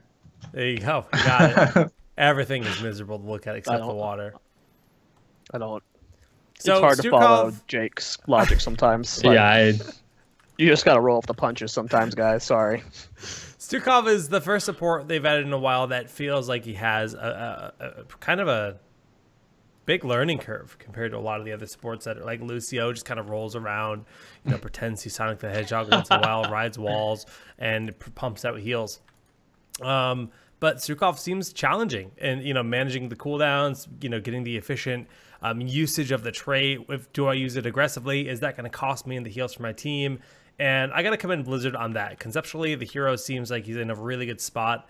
How strong he will be, it's to be determined because, like you guys said, it's going to be a little while before we see someone absolutely master this hero, absolutely make him look like, the #1 skill ceiling for what his kit offers. And I'm excited about that. I think he's going to be a really great addition to the game. So someone in chat was asking about the flying Q that we were talking about. If you set your level to 16 and just pick talents up to Universal Carrier, and then walk outside of heal range on Malth, cast your heal on yourself. If you walk towards Malth, you'll notice at a certain point when you get in range of him, there'll be a little green globule that flies out towards Malth, and that globule is actually the heal. That's his Q heal, right? And when that lands, it'll apply the heal over time, and then it can keep spreading to other people. So the point of the Universal Carrier build is to detonate while the little glob is flying. So all the heals that are currently on targets get consumed, but the ones flying through the air don't. So when the one bounces back off of someone, then you can consume the heals, and everyone who still has a hot will get the big healing buff from his trait, which is most of his healing output. But the in-air heal will not be consumed, so you'll still be able to keep chaining them. I see. I'm really bad, so... Yes. I don't know where it's going to go. It's random. I don't know. No. So put it on you. Yeah, outside of range of Malth. Move outside of range of Malth. Put it on me. Put it on you. Walk towards Malth. It's on him now. And then as it starts flying towards him, press D. Like as soon as you see it come out from you, just press D. I'm too bad.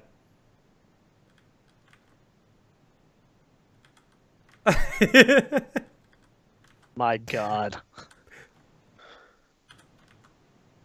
This is why we don't esports, boys.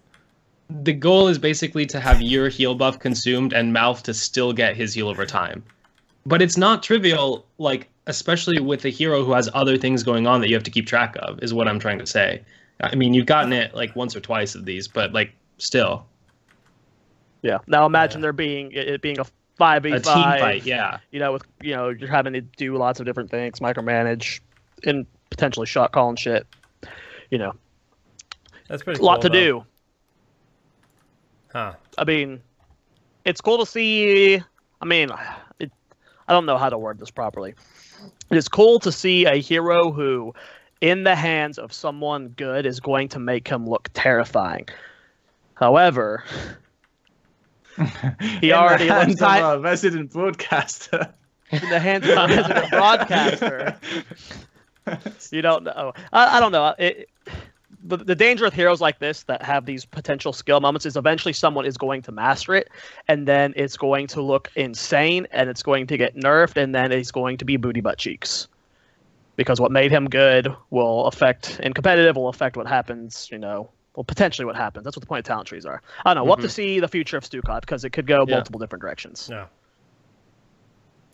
No, he's a cool addition to the game. I'm excited to see where he goes, for sure.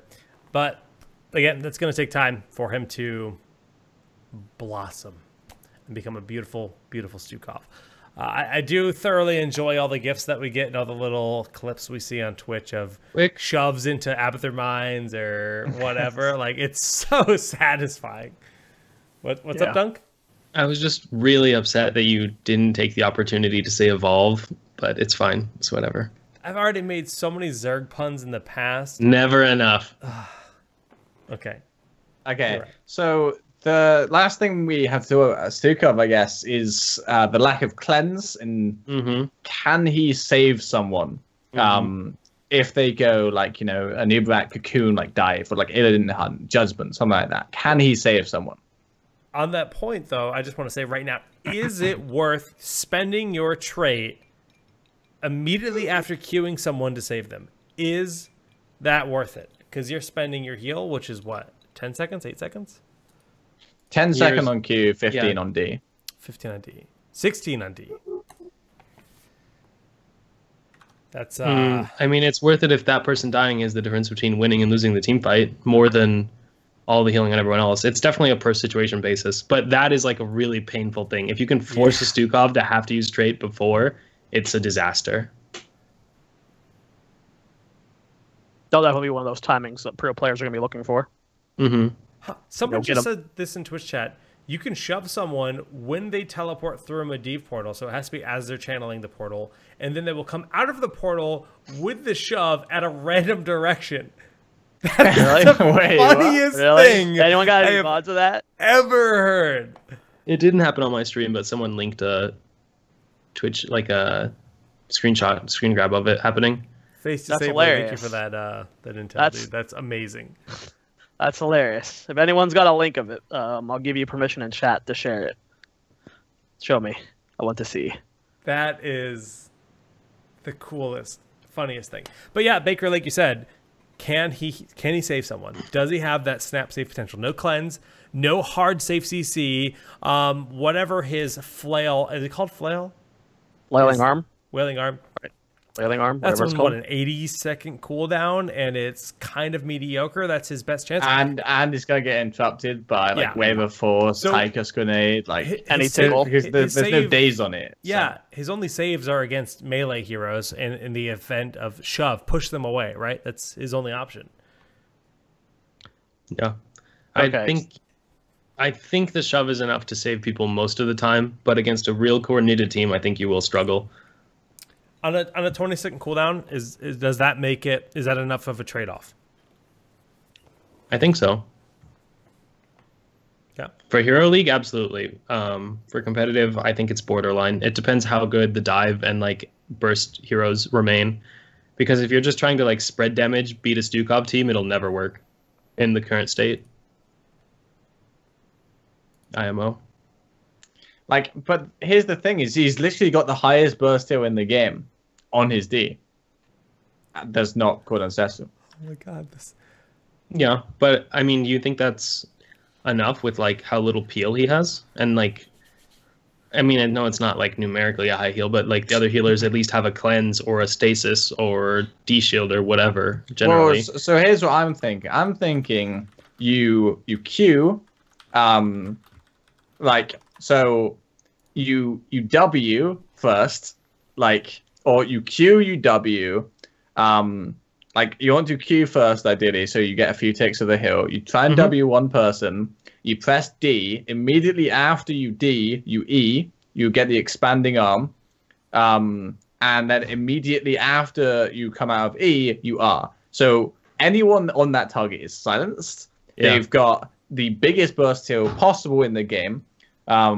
Without an ancestral, they possibly had like a massive shove, like taking out a huge like damage dealer, or possibly the tank that could further CC them. I'd say that's the closest you can get without Guardian of Ancient Kings or Cleanse to saving someone. We're gonna have to see how it plays out in a coordinated environment or like a high level of Hero League before it trickles down to the rest of match-made play. But yeah, I'm like 65-35 that he does have the tools to save someone. Cool. Yeah, and match-made play, absolutely, I think so. Sorry, I was talking about just competitive when I said he would struggle saving one person. Still, I have one last question. Bakery, last week, correct me if I'm wrong, but you were essentially saying that you were happy with Stukov and the direction that Blizzard seems to be going with supports after you've had more time to. That's essentially what you're saying last week, right? Just to be sure. For sure. Okay. Now that you've had more time to play him, now that you've gotten a little bit, we've seen more of him, you've gotten a better feel of him. Do you still feel the same way about Stukov as you did last week? That you're in general happy with what you saw? I do think that he's weaker than I thought he would be last week. I think I was more affected, like internally, by the bug with vigorous reuptake being default than I thought. But I am still very happy with the direction. I think I'm really happy with how he's turned out and how he's balanced right now. And moving forwards, I'd definitely like to see a lot more supports come out like Stukov. That's good to hear. I am a support main as well. Not a pro player, not even a GM player. Do you mean a Tyrande main? Thanks for that subtext there, Jake. Not a pro player, by the way. Yeah, yeah. But I have not dove in on Stukov yet. I've just been too busy with other stuff. So I'm really excited to get a little bit more of a grasp in the builds and stuff you guys talked about tonight. It has me really pumped to just jump and play some Stukov games soon. I think the two of them did a really good breakdown of Stukov. Yeah, I agree. Thanks, man. Before we step away from Stukov, we do have Face Disabler that sent us a screenshot of the interaction with Medivh portals. And it's not the easiest thing to understand. I actually might be able to telestrate this. Hold on. I think... What help if you zoom back in on it for us? I know. I mean, it's being click to view instructions. No, it's not. I think that's a telestrator. All right. We're just gonna do it with a mouse then. So this is the Stukov, and you can see he's actually casting shove up here. Clearly, the target went through the portal around here because the arm then continues right here, shoving the target. And that's pretty ridiculous. I assume the portal, we see this one here. Oh, the portal was right here. So they got pushed away, and then... So I'd imagine Massive Shove didn't interrupt the channel for going through the portal. Right, yeah. but like... Portal entrance. And he spawned there because he probably got spawned that distance from the portal. There's some graphics. So, like of the Zerg slime, like coming back into Medivh, and then the arm's still behind him pushing. You're right. He's actually going. So he probably warped back like halfway. So now maybe, he's getting because pulled. that's the best the game engine could do, and then he just carried on. That's hilarious. In the direction of the warp, I would say. That's amazing. Being pushed. That's pretty funny. That's cool. Yeah, that is really funny. I wonder how hard the timing is on that. Like, is that something that's going to happen every Medivh portal game, or is that like a once in a million, thing? Well, I'm assuming it's a very low chance. I feel like in chat, I've seen a surprising amount of people saying they've seen this bug. Really? That's amazing. That's hilarious. This might be pretty common, actually. Huh. That's funny. That's such like an absurd interaction that you would never like. You can't even fault Blizzard for that one. Like, there's sometimes Blizzard does things that's like, yes, you should have known this was coming. Like, how did you not see this? How could you not see this absurd interaction? Right? Oh, that's fun. It doesn't even sound like it's that broken. It sounds like it's kind of fun, but yeah, it's just a hilarious thing. It seems like a very unlikely thing to happen. All right, well, that's pretty much all of our topics except for the HGC roundup, and we've already gone an hour and 45, so let's just jump straight into HGC and what's new. Bakery, we gotta start with your narrative because this weekend is so important for Dignitas. It is. So we have playing Ducks. First game, it's pretty important that we get a convincing win here, and the next day we face Fnatic, so top of the league, and if we want to qualify for the Western Clash, then we need to beat Fnatic. So it's an online series. I don't know when the last time we beat Fnatic in an online series was, but it was a decently long time ago. Wow. So it's super important this week. It's going to be a really great game, so you should all tune in. Yeah, that's got a lot of weight on it. Pretty cool. A lot of weight, dude. This is like their chance for Kiev, basically. If you don't win this, it's pretty much like no bueno. Yep. But that's not going to happen. So I'm really excited to see that Fnatic is still looking monstrous. A lot of the time, like I think almost always in the history of HOTS, a team comes off a major championship, and then there's like a little bit of like a phase. But Fnatic has like somehow magically kept that momentum, and they 5-0, man. That looks great. So, can you repeat that sound you just made? No. I don't think so. Okay, all right. I just, I thought it was really beautiful, and I wanted to see if I could get a glimpse of it again, but it didn't happen. A trick I bring out every so often, not all the time. That's good. That's good. Keep it secret. Keep it safe. We'd look at the standings here as I remove this "buy our stuff" text on the screen because you're not buying. And ACC is so interesting this season. Actually, we're doing EU first, Bakery. EU happens before NA. We're doing EU first. So Fnatic is confirmed for the Clash as they have gone 5-0. But then we look at the other teams. 3-2 for Liquid, 3-2 for Expert. This is a weekend where Dignitas does have 2 matches, so they're only 2-2 because they've played 1 match less, and that's why they're behind Liquid and Expert theoretically, right? Theoretically, okay. So should be the good news. The good news is that because Liquid and Expert both lost to a team that wasn't Fnatic, Liquid, Expert, or Dignitas, this means that one of them has to lose to each other. So one of them is ending up on 3 losses. We tiebreak below both. But if we win against Playing Ducks, Fnatic, and Fix, then we only end up with 2 losses, which means that we place ahead of either Team Liquid or Expert, depending on who wins their match, which is in week 5. I love how he prefaced that.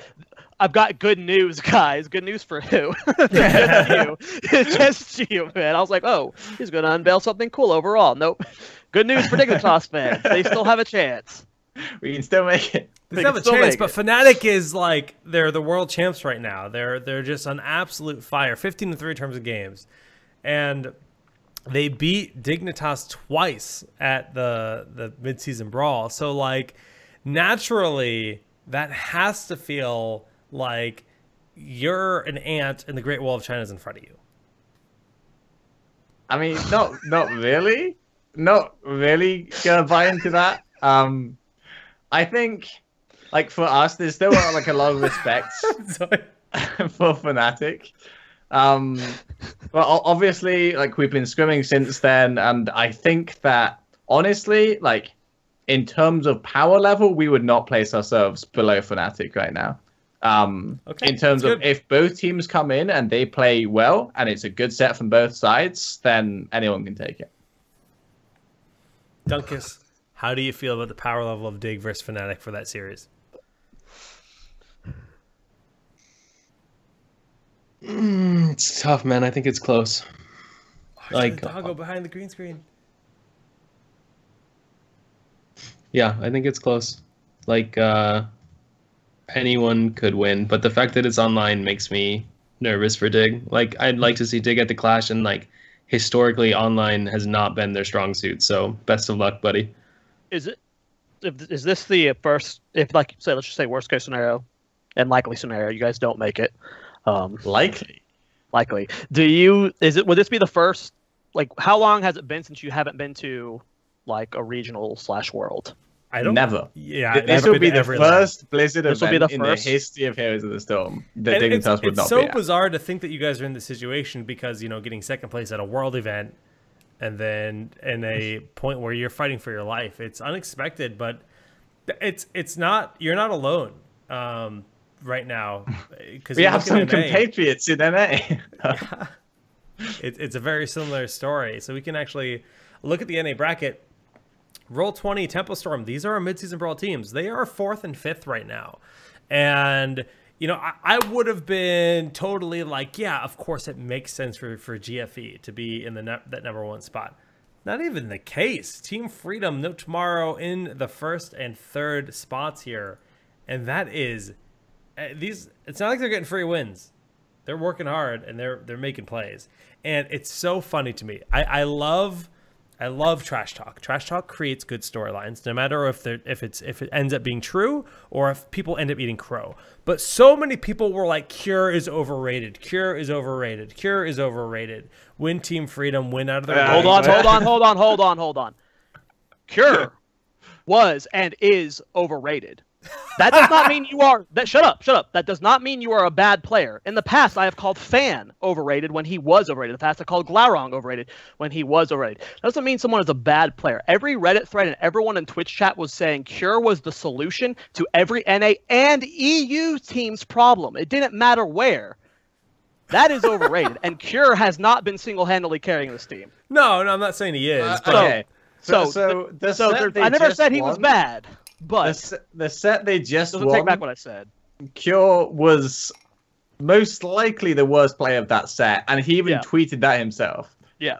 That's fair. So, yeah. I do want to clarify. I will eat crow when I deserve it, but I don't feel like me saying at that time Cure was overrated was something I should be eating crow for now.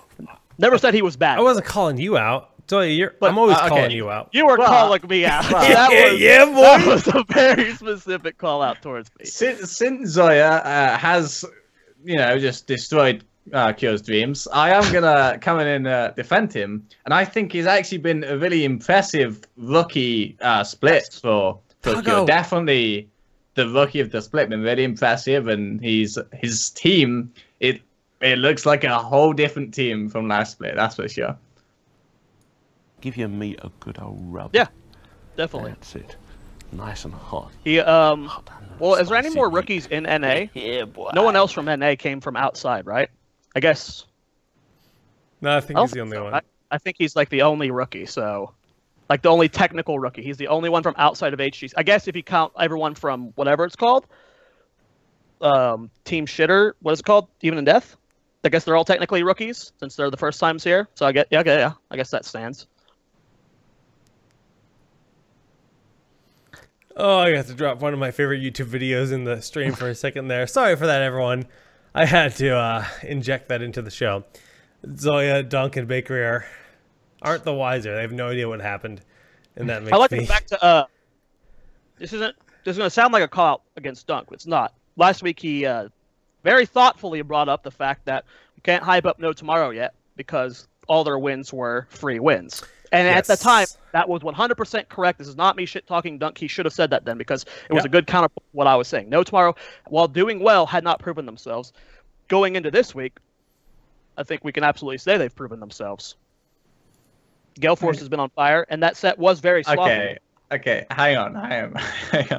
So, going back to what I said around the same time, is that I actually don't think Gale Force have been looking that amazing. So the thing that I said is that the Roll20 GFE set, Roll20 looked like the stronger team, and it looked like they threw. And then who else did they play? They played Noventic, currently boss of the league. They played Tempo Storm, who we've definitely seen have been in a slump and had a lot of issues of their own, even making some games look close against even in Death as well. And then who else did they play? That was it, right?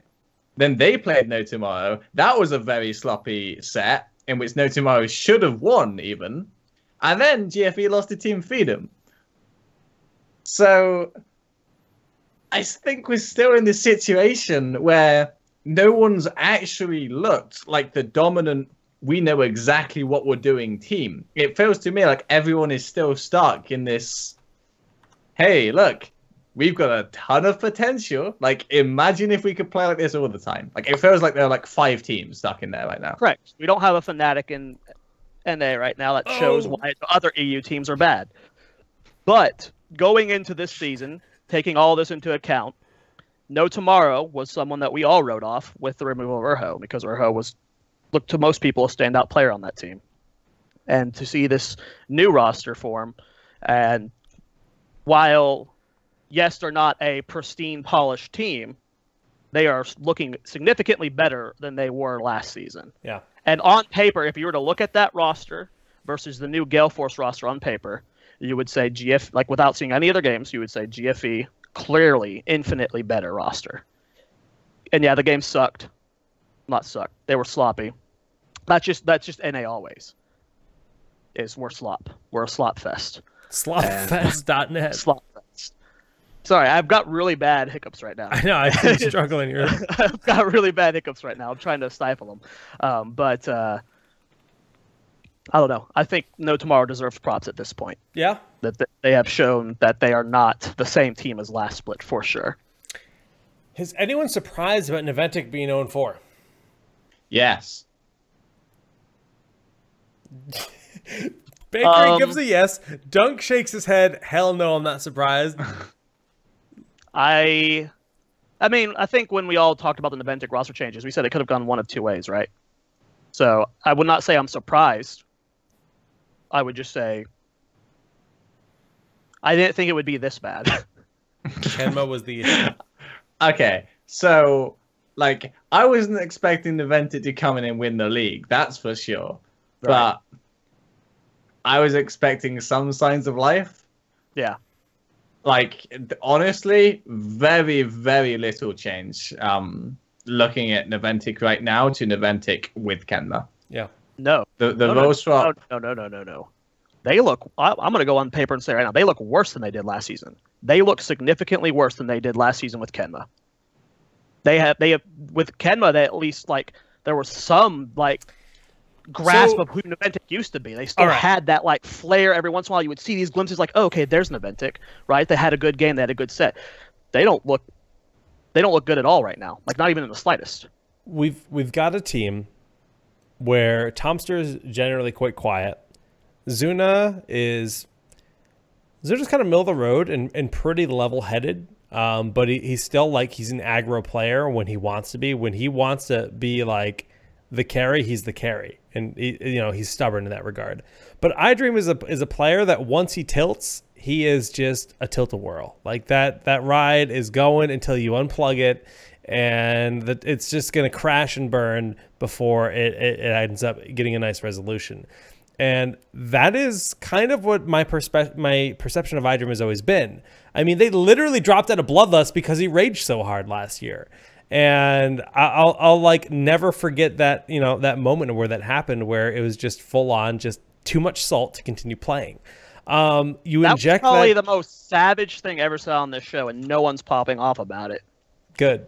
Dude, chat is just like this. Like I'll say like the standard EU flame towards Bakery, which is clearly joking. The chat's like, "Oh my God, lol!" And then Jake just says the biggest burn in the history of TownHall Heroes, and silence. Like, okay, I mean, Jake just went pretty hard, sure. But like, I'm not going. But I mean, bringing him into this environment with this team, where I don't know a lot about their comms and the status of the things, I thought it was a weird decision for them to go with Dream to begin with, just because like they're replacing a support and then they're putting a carry on support, and it's felt like a shaky transition. But I honestly, truthfully, had faith that around week 3 or week 4 they would figure it out and fall into place. But it isn't happening, and I don't have the solution. I don't know what's wrong. There's a lot of talent on that team. They are not. A lot of those players do not deserve to be in an 8th place team whatsoever. They don't deserve to be 0-4, but something isn't working, and it ain't good. Okay, well, going back to something that we were speaking about on the show like a few weeks ago, like before the Crucible, I said, honestly, I would just rather Naventic relegated, disband, all 4 of those players go somewhere else and like go kick ass. I would still have preferred that was the timeline we were looking at. Like, I still have so much faith that in certain situations, Zuna can be the best player in North America. I think agree. Biggie, Could. best range. Like, Thompson, B-Kid, again, like, good histories of being on top teams. Like, something's not working out. Like, I honestly think they need a drastic change. I think there's a mental block in the squad that, like, they've lost their confidence. And their team, unless they're like laughing and joking and having a good time and slaying nerds, they look like just another, wave in the water. Is that a term? Because it is now. They're just another wave in the water. I don't think it was a term, but it is now. I'm with you. So I didn't mean to be super savage. I'm just real talk. Jake GG right now. That was pretty gnarly, but I mean, yeah, it's when is the epic fated clash of Even in Death and Naventic? I'm curious. Epic fated clash. Yeah. think it might be week 5. It's last week, yeah. Second to last game of first split of phase 2. So that's 2 weeks from now. Oh, Team Freedom doesn't play tempo until the very last game. Like that could actually decide who could goes be to the clash. decider. That's The insane. literal last game. Yeah. I just saw that as well, Dunk. Like, Like that's a big deal. Because that means that like you might not know who's going to clash until the very last game. Because NA is such a cluster right now. And like normally I would say Team Freedom tempo low, but in reality, tempo's been hella slumping, and Team Freedom actually has a shot to win this. Like a real shot. Like they might actually be the favorites. What do you think? It's just stagnation? I don't know, man. For Tempo just looks lost. I like people keep saying stagnation a lot. I don't like stagnation is the reason why someone would overtake them. But that's not what happened. They didn't get overtaken. They like dive bombed and everyone else just kind of stayed where they were. Like I agree.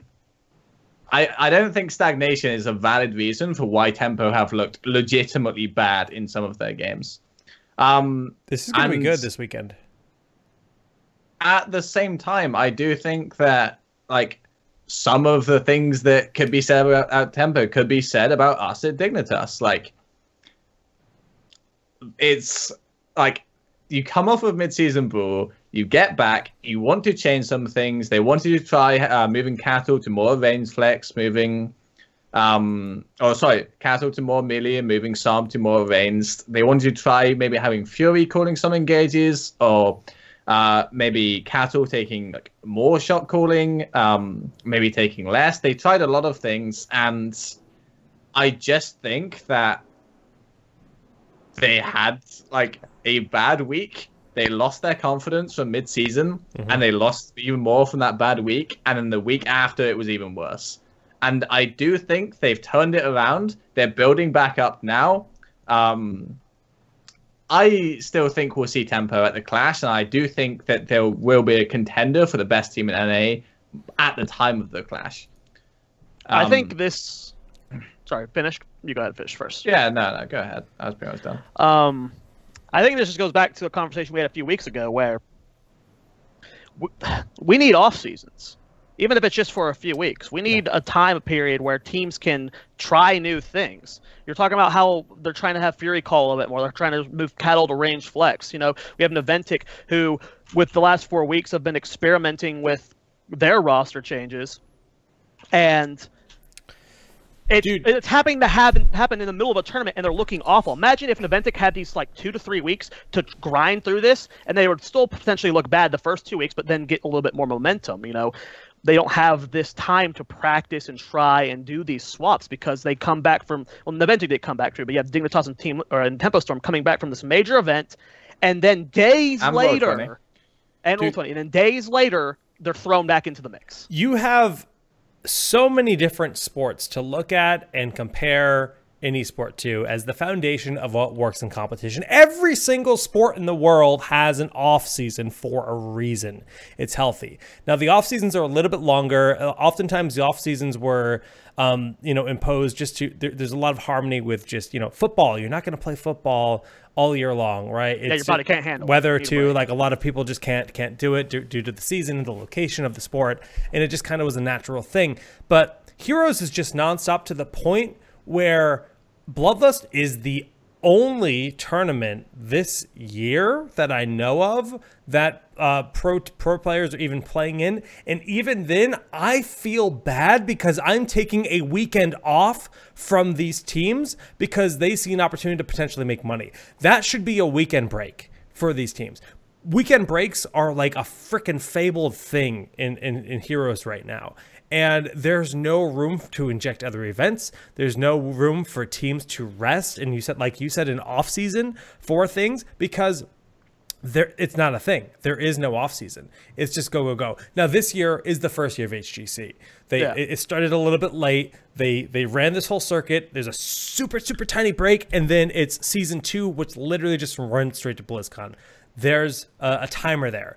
But I certainly hope Blizzard acknowledges that this is not the perfect world situation for 2018 when they come up with their plan for next year, because there needs to be an off season, like a month and a half as a bare minimum for everyone to reel back. But it also gives time, and from my perspective, for an organization like Arcane 8 to step in and throw an event in there to fill that gap and that lull. Because lulls can be bad, right? If there's nothing happening, that's not great. But there's opportunities for other people in those moments too. And that's my point of view.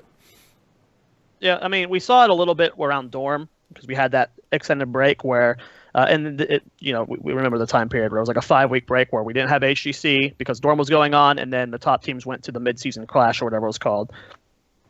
It doesn't even need to be that long, the reason we're in this situation is because the whole HGC. Yeah, 2 weeks is enough. I'm not asking for like 2 weeks. A 2-month off season. I'm not asking for a 5-week one we got around Dorm.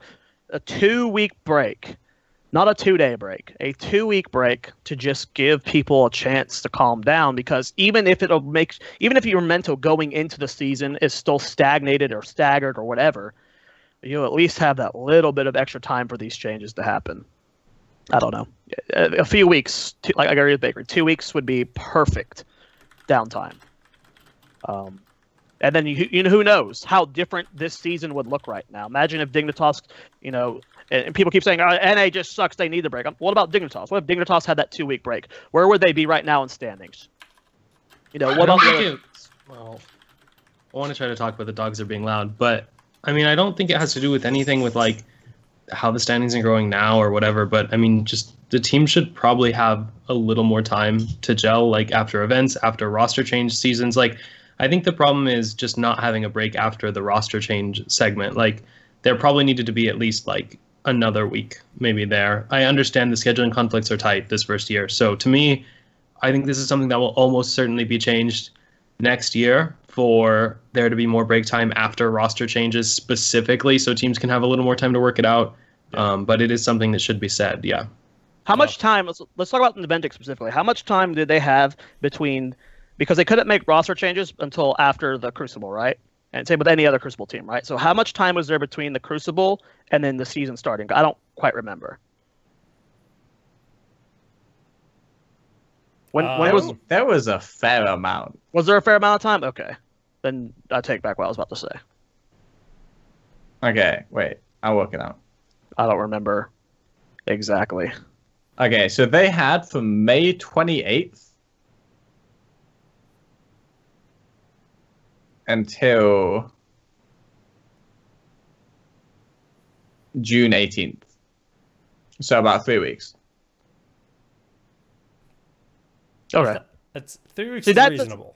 That's the amount of time you would want. Yeah. That's but teams good. But our discussion was about teams like World 2010 with Storm and Dignitas. Yeah, it's they got what was it? 4 days when you got back from travel? You had a match. 5 days. 2 days. 2 days? Yeah, it was 2 days. And that's without EU jet lag.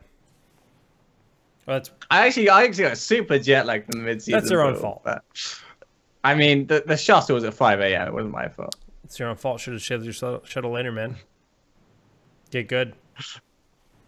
Well, we wanted to, when we were in the break, we wanted to do a Hero League discussion, but naturally that's we're never going to get that. We're never over the time, and viewer questions, as usual, is a fabled thing because we're over our time limit for. Maybe we should take one viewer question. Baker, you pick it from the chat. All right, chat. Viewer questions. Question singular. Don't get too excited.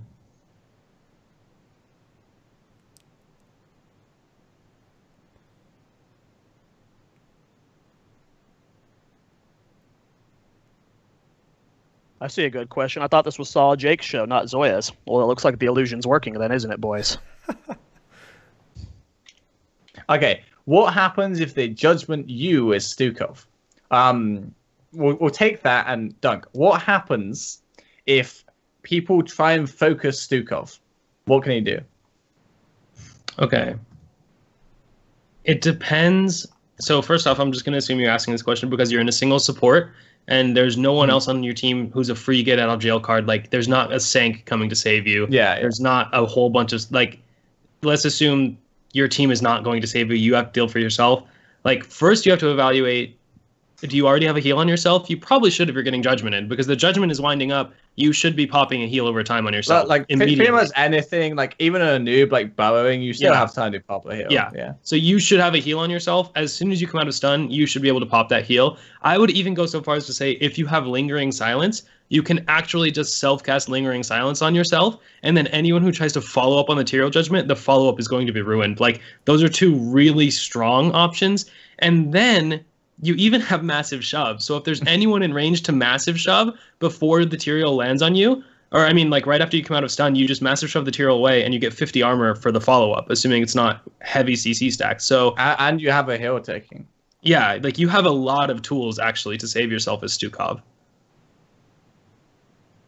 Yeah, I mean, okay, so the thing for me is that his health pool is really, really low. So when you're in the front line, you should be in the front line because they cannot go on you. You literally have as much health as Mouth. So position like a Malthaelian. When you go forward, instead of going forward for root, you go forward for the sick auto damage, right? If you just play like that, there aren't many situations where they can go on you. And what Dunk just described, all the tools that you have, and just working out the correct order of when they go on me, here's what I need to do. So I don't think it's too bad. That's something we just didn't really touch on, but his auto damage is fucking bonkers. Like, he's like a Rhaegar wolf. Like, it's risky, right? No, it's the highest auto damage in the game, Zoya. It's insane. Really? Yeah. It's nuts. We didn't talk about that much during the breakdown earlier, but whenever you get a chance to trade as Stukov, you're melting nerds, man. It's pretty crazy. I don't know why he's so good in so many aspects. He's pretty crazy. Okay, I hope you guys enjoyed the viewer questions segment. Thank you all for sending your questions in. We'll get better at this, we promise. Next week should probably be a pretty chill. There's nothing that can happen between this week and next week, right? That's gonna So we'll hopefully get the Hero League discussion in next week, because that's something we've been wanting to do for like 2 months now. Yeah, at least. It's been forever, and then we can do viewer questions as well, hopefully next week too. Well, let's transition to the shout-outs. Dunk Train, start with you, man. Shout-outs here. I don't know, I'm mostly kind of just doing my own thing now, just working on the stream. Props to the community team who's doing like a really cool Stukov promotion right now. There's a bunch of streamers getting promoted. There's Infested is like the theme, and there's Stukov keys being given out. So check the Blizzard launcher, go to those guys' stream. They all deserve the exposure. It's a really cool event. Maybe pick up a free Stukov code. That's awesome. Props to the community team for having just more and more of those outreach things. Stukov is an awesome release, so that's dope. And catch me on Twitter at DunkTrain, or my stream on twitch.tv/DunkTrain. You streaming after this? Yeah. Hopefully I'll get to play Stukov, but permaban. Sad boys. Yeah. Bakery. So yeah, shout outs to Team Dignitas, of course. Shout outs to my team. Shout outs to all our sponsors, which we've picked up some new ones. So you can check them out on my fancy new Twitter header, which is twitter.com/bakeryheroes, or just @bakeryheroes. Buffalo Wild Wings, Mountain Dew, like what? Yeah, things are kicking off. But yeah, hopefully after the Clash, we have about 2 weeks, so I'm going to try and get some really sick content out after the Clash, or indeed, if we don't make it to the Clash, then you have that to look forward to. Yeah, so, thanks for tuning in. If Bakery doesn't make it to the Clash, no, I'm going to save this for next week. Bakery's going to make it to the Clash. Have faith. Have faith. Have faith. So yeah, thanks all for watching, and thanks Dunk for the awesome Stukov discussion. Thank you, man. I love you guys. Zoya.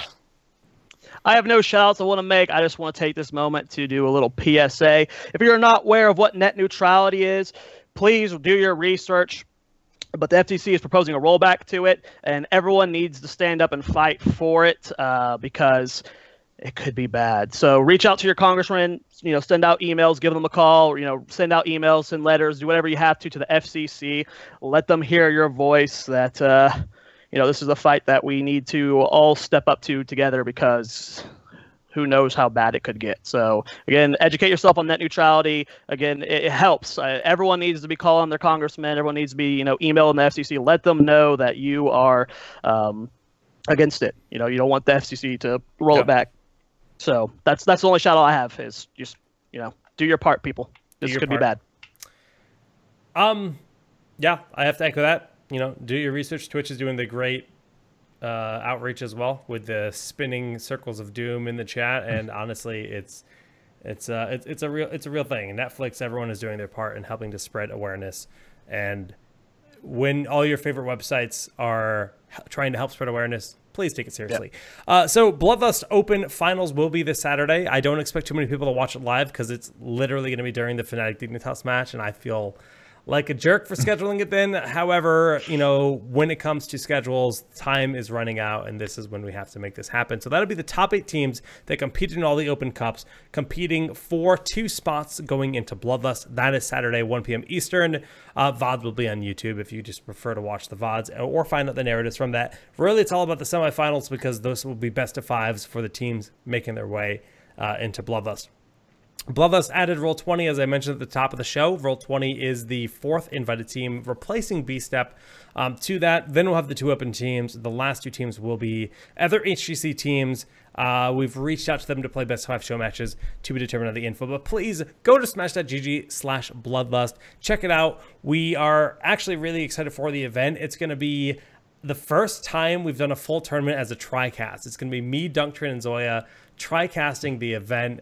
We might even call in Bakery if it works out scheduling wise, to get Bakery in and then just wire him in onto the green screen or something, to have a lot of fun with that. And it's going to be a really fun event regardless. We've got some other shenanigans planned to make it fun, but I mean, when it comes to our goals right now, we are almost there. We're 73% through the Hot Pepper Challenge, and since it's going to be a tri-cast, that means me, Zoya, and Dunktrain will all be eating habanero peppers and casting a match of Heroes of the Storm with 0 relief, full torture of the hot pepper and dealing with it.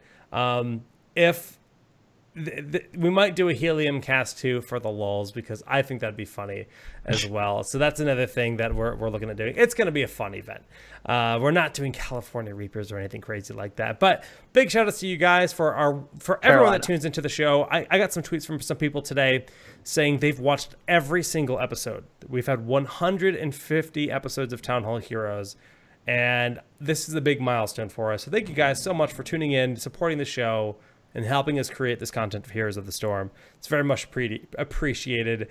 Zoya and I will tune into Town Hall Breakaway. Yeah, I was gonna say Zoya and I will be back tomorrow night with our other podcast, Town Hall Breakaway, which is episode 3. We'll be giving away keys in the chat. Yeah, we are going to be giving away some alpha keys for that game.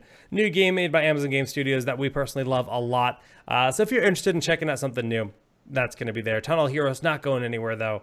150, and well, I guess onwards to 200 at this point, because milestone after milestone. But thanks guys for tuning in, and we'll see you next time.